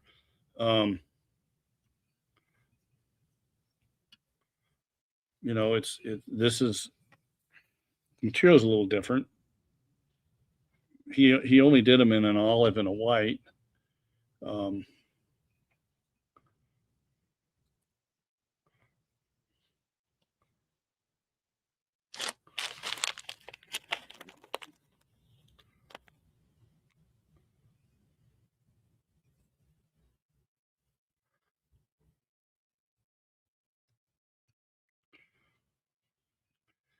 I do them in lots of colors if you give me half a chance to, because sometimes the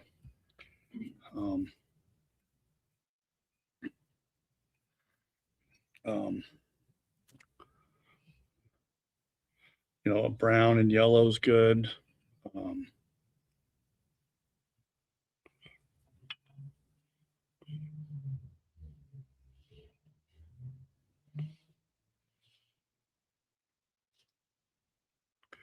We were using some of Fly Tire Dungeons material.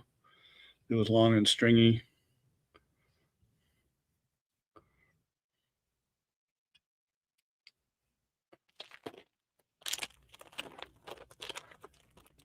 A little bit of red for some cool looking red stuff for a throat.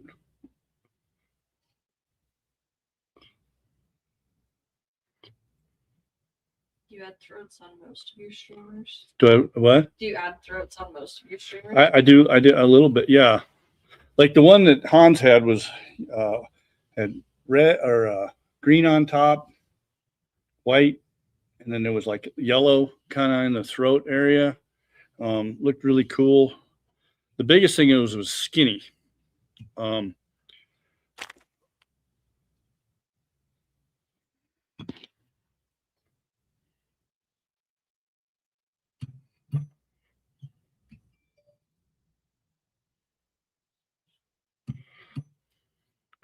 Sometimes it's hard to get, like, once you get all underneath that bead, you're not going to get a lot of head cement down in there.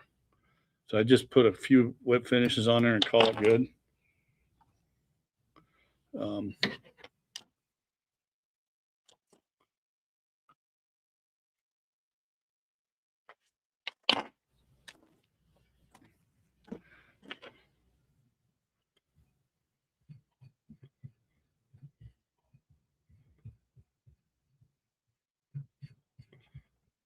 Okay. He's awful fat.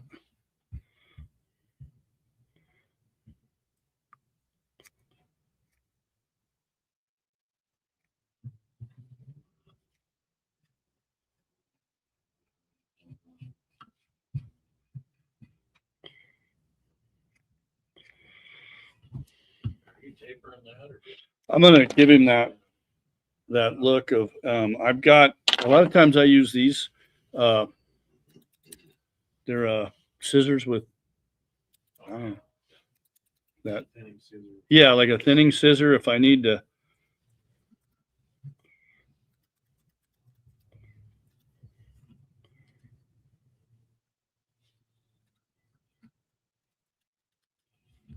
get him. I tried some of that bruiser stuff. It's kind of cool. I've been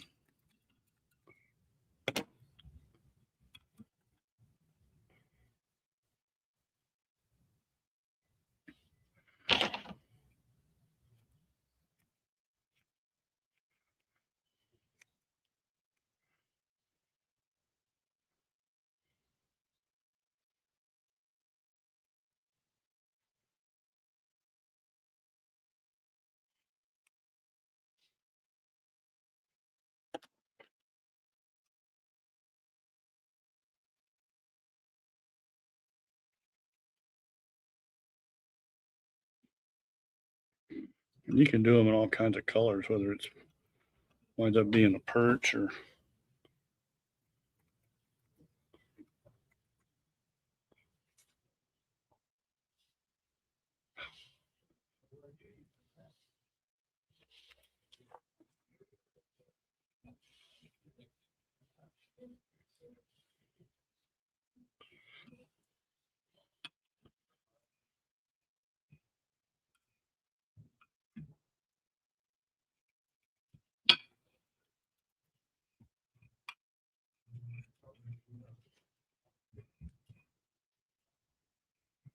they slick out in the water and it's pretty cool. We fished the green just before Christmas, and this thing did the job.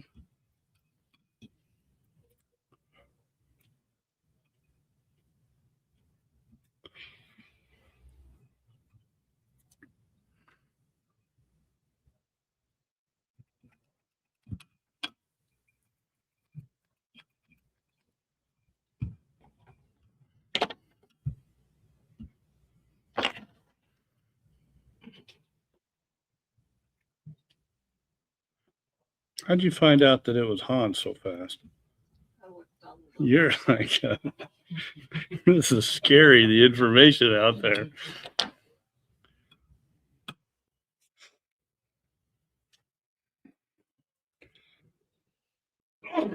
I don't know if you need it, but eyeballs make them look, I put eyes on my grasshoppers. I put, um,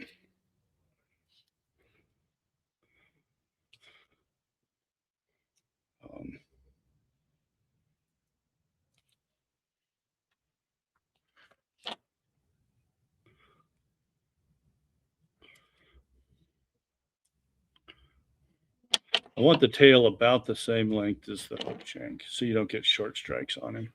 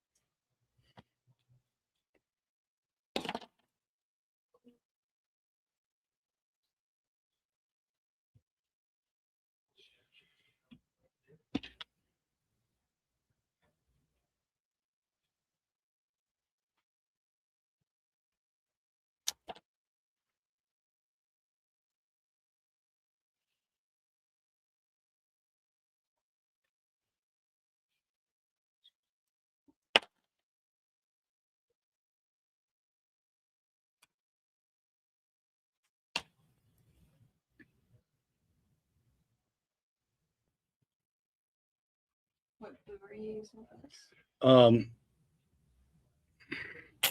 So I use Duco. It dries fairly quick, and it dries real flat. I'm not a big fan of super glue because I think it dries real brittle.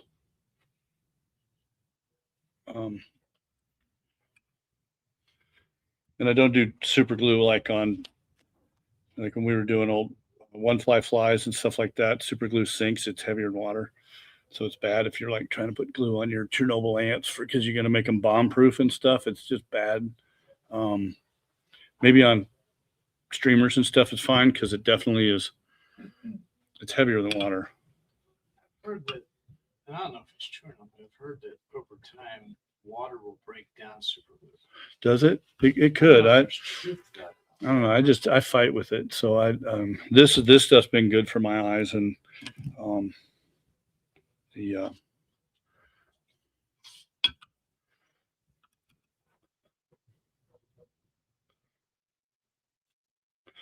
gonna open it up just a hair in there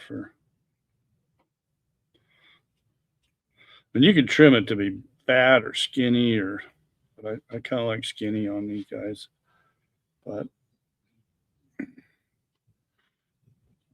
he's going to ride upside down. He's going to ride like that. That if you put lead on here, if you don't put the lead on, it's just the bead or the cone, they'll ride right up. But if you start wrapping thread in there, they'll flip on you. So.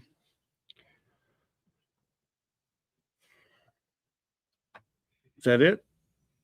We're back on me. I came to do 5 of them, and we could do some more. If I don't know what else I do have a damsel fly that's out there, but I don't know where. Can we do a damsel fly? Do you guys want to keep tying, or what's the? I don't even know what time it is. 12:23. It's up to you guys. I had one more. Yeah. All right. Can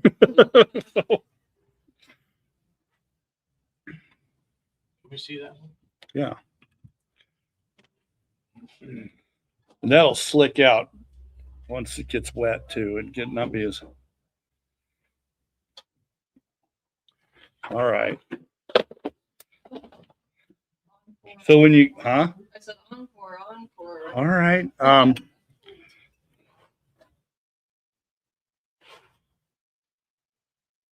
did I do with my stuff on that?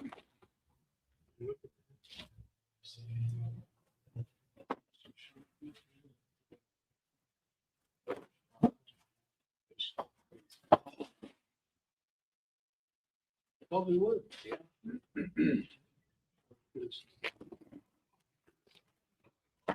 Nice enough?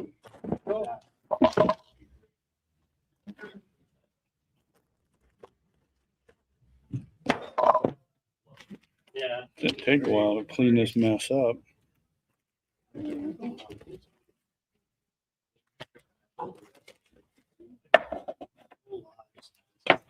Just so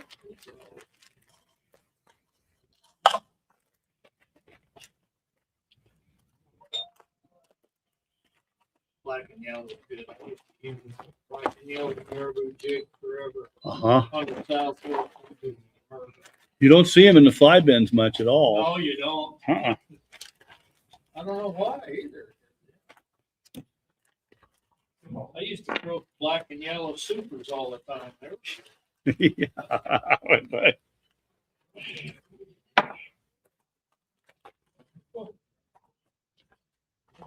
Okay.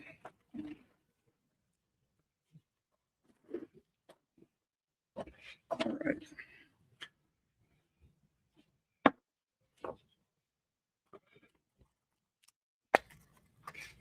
What are you doing now? Okay, so this one got started. There's a pattern that I highly recommend before you go fishing. You stop into the fly shop, and because I went in and asked Chris Lawson, I'm like, we're headed up to Henry's Lake. What do I need? And I mean, I've got damsels, I've got leeches, I've got everything. And he sold me this little, I don't know what it was. It was looked like a kind of like a damsel nymph. And when those big fish were coming in on, they kind of get all bunched up, and you can get into them whether you're running damsels or leeches or something.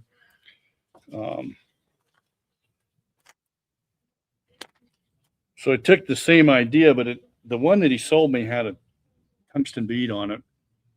I didn't have tungsten beads, and I look at damsel flies and I want to have those eyes. But you need to, we were fishing this thing under strike indicator, and you got to have the weight to get it down. So it was on a jigged hook. And this is again back to, what am I copying? Am I knocking stuff off? Am I taking some good idea and changing it slightly? Because I'm like, I want little eyes on it. Damsel's got those.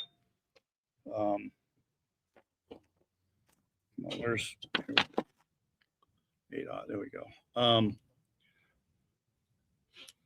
They have little eyes, a little tail. That's huh? You can see it. Yeah, they got little bug eyes off the side of them, and so you're looking at so that's where this got started. Was another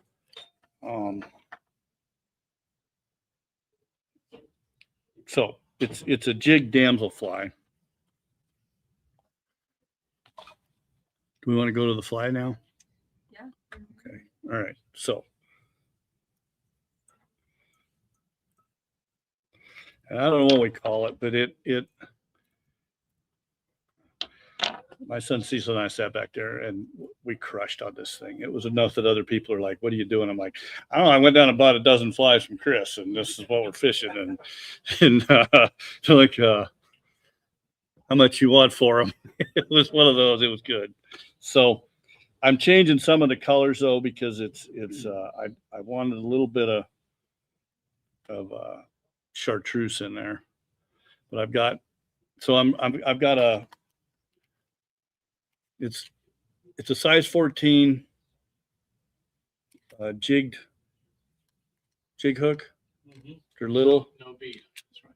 There's no beads on this one, but I'm going to do something with some eyes that. So, hang on a minute. We'll do.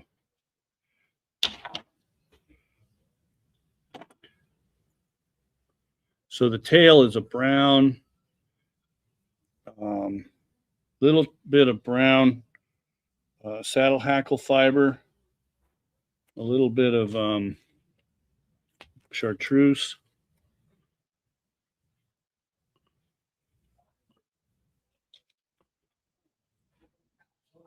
Where'd my other ones go? This will work. Here it was. Here's my pure chartreuse color. That's what I was looking for.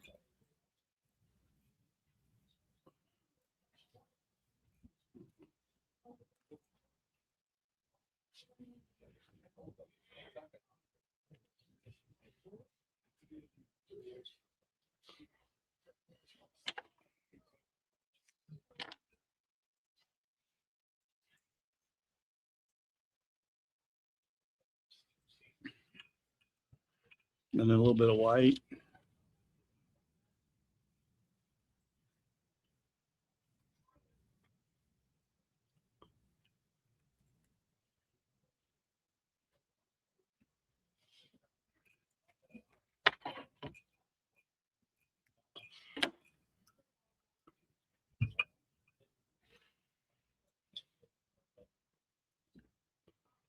All right.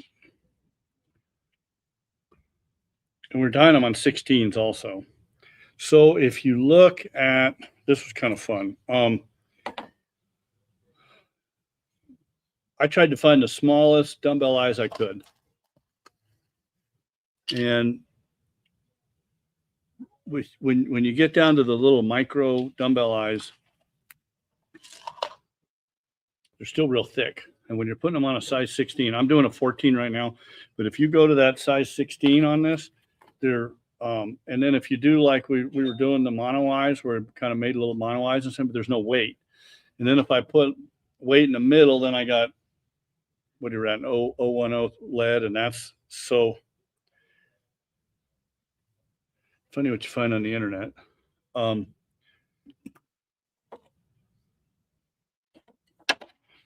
again, if you mark this off,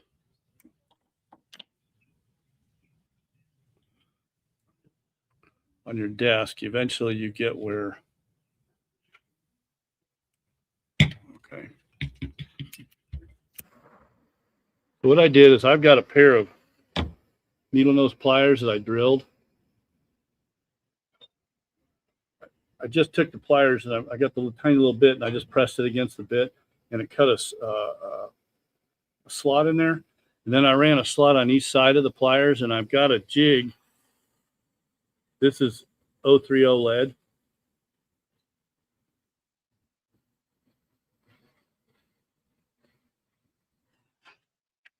And I've got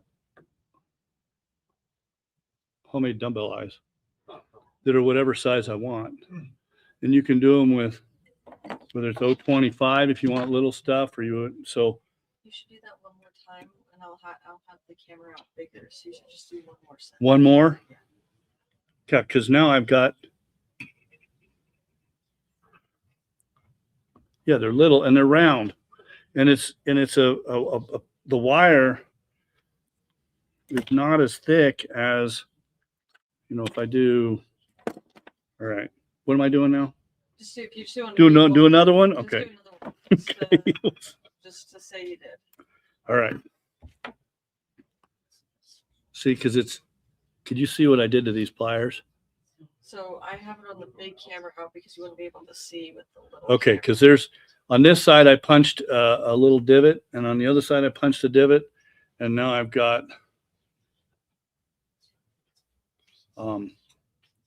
it's my own mold for the,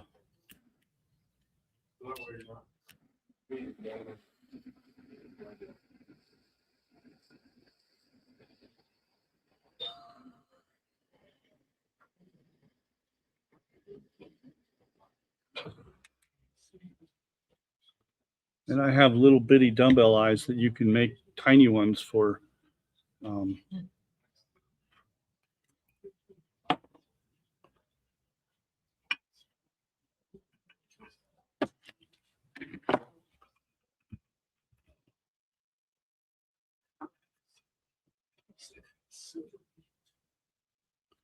Okay.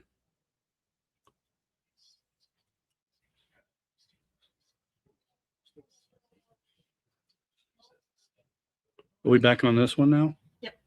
Oh.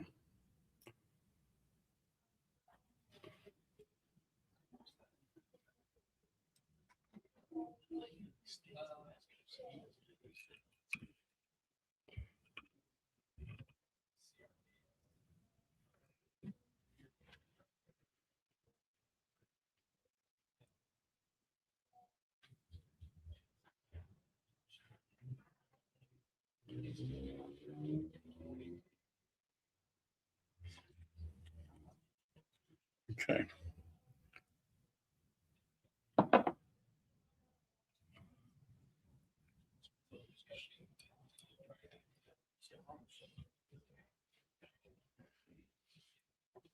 Used to be an old fly pattern called the Danger Baby.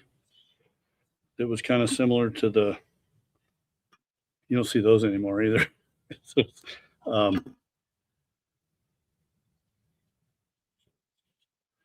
and this kind of, I think the Danger Baby was a damsel type or a, I don't know, scud thing. And this kind of sort of made me feel like that fly back in the day. But so I got 3 peacock curls. I noticed also, I was doing some of these with different ice dubbings, like some of that you could do a chartreuse ice dubbing. You could do, you can get all kinds of cool, you know, if you're doing a really chartreusey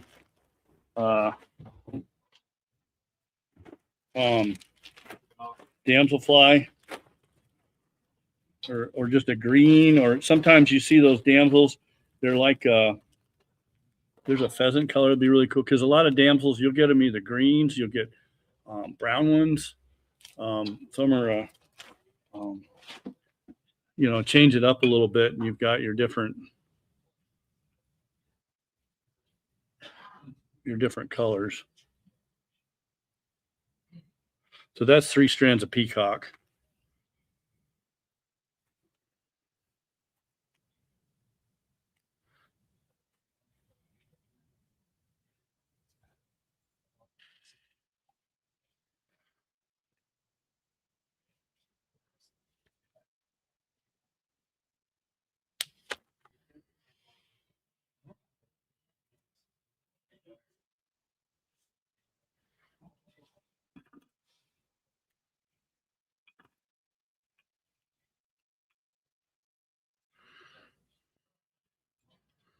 I did tie that feather facing this way with it bent in the.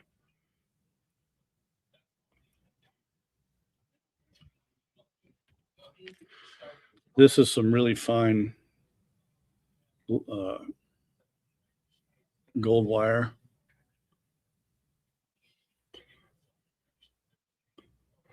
And I noticed if I didn't grab that tail, give myself a little extra tail on that, and then bend it back, seemed like I kept pulling the thing out. So now it doesn't pull out.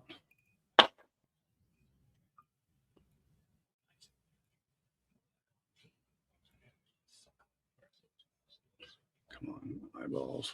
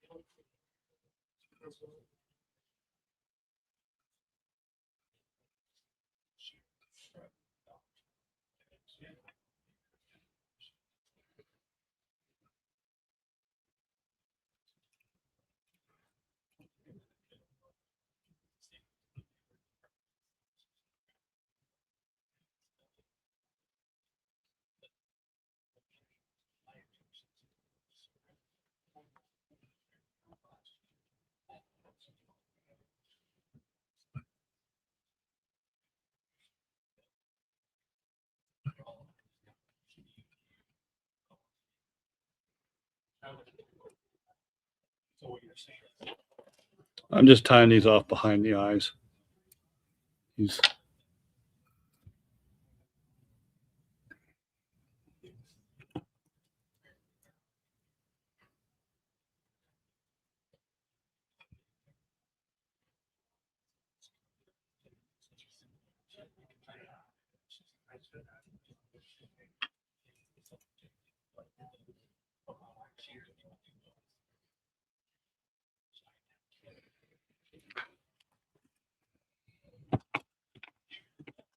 these are better.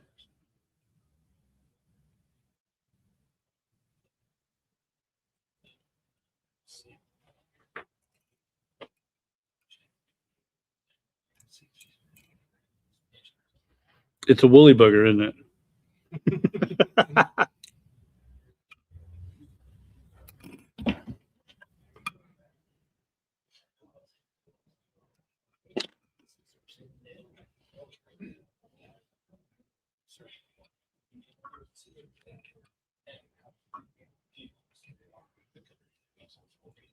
I make sure when I do the wire too, I catch some of the hackle, because you could wrap through and you'd just you'd miss them all. If you got to it's got to be a different. It's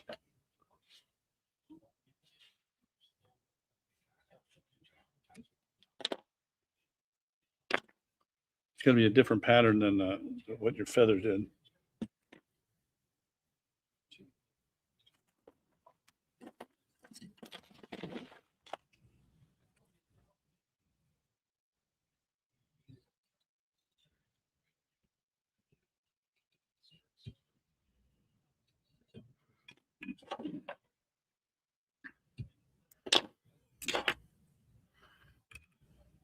That little fly did damage on Henry's leg.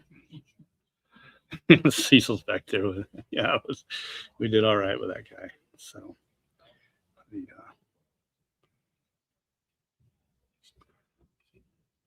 anyway, we're back on there. Hi. Well, that's what I brought over. Something different, a little bit different on each one.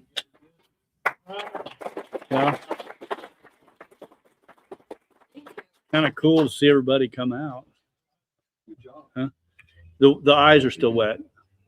So, but Have you ever tied that one balance style or fishing and it could be kind of cool to do that with. It's funny because I have some balanced stuff. I've never really caught much on it. Have you caught much on balanced stuff? It's part of it. I carry it in the shop. We sell it. Everybody tells me it's awesome. It's I don't normally fish lakes with indicators and stuff. You know, we're always pulling leeches or and it really worked this last fall.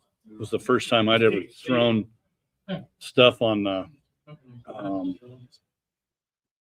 but I think it worked great.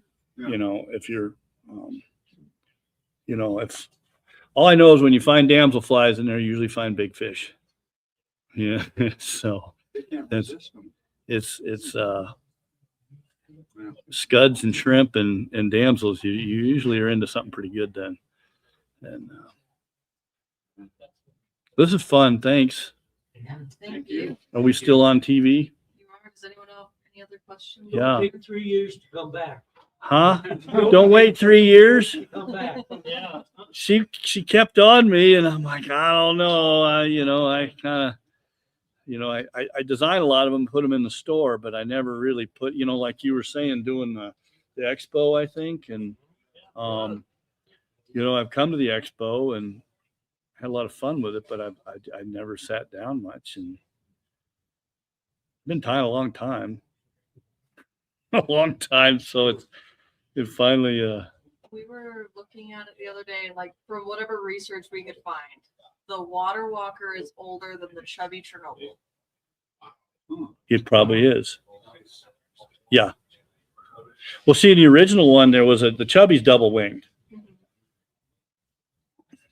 And I put a single wing on the Chernobyl ants because it won in the black and red Chernobyl ant with just one wing was what I was tying.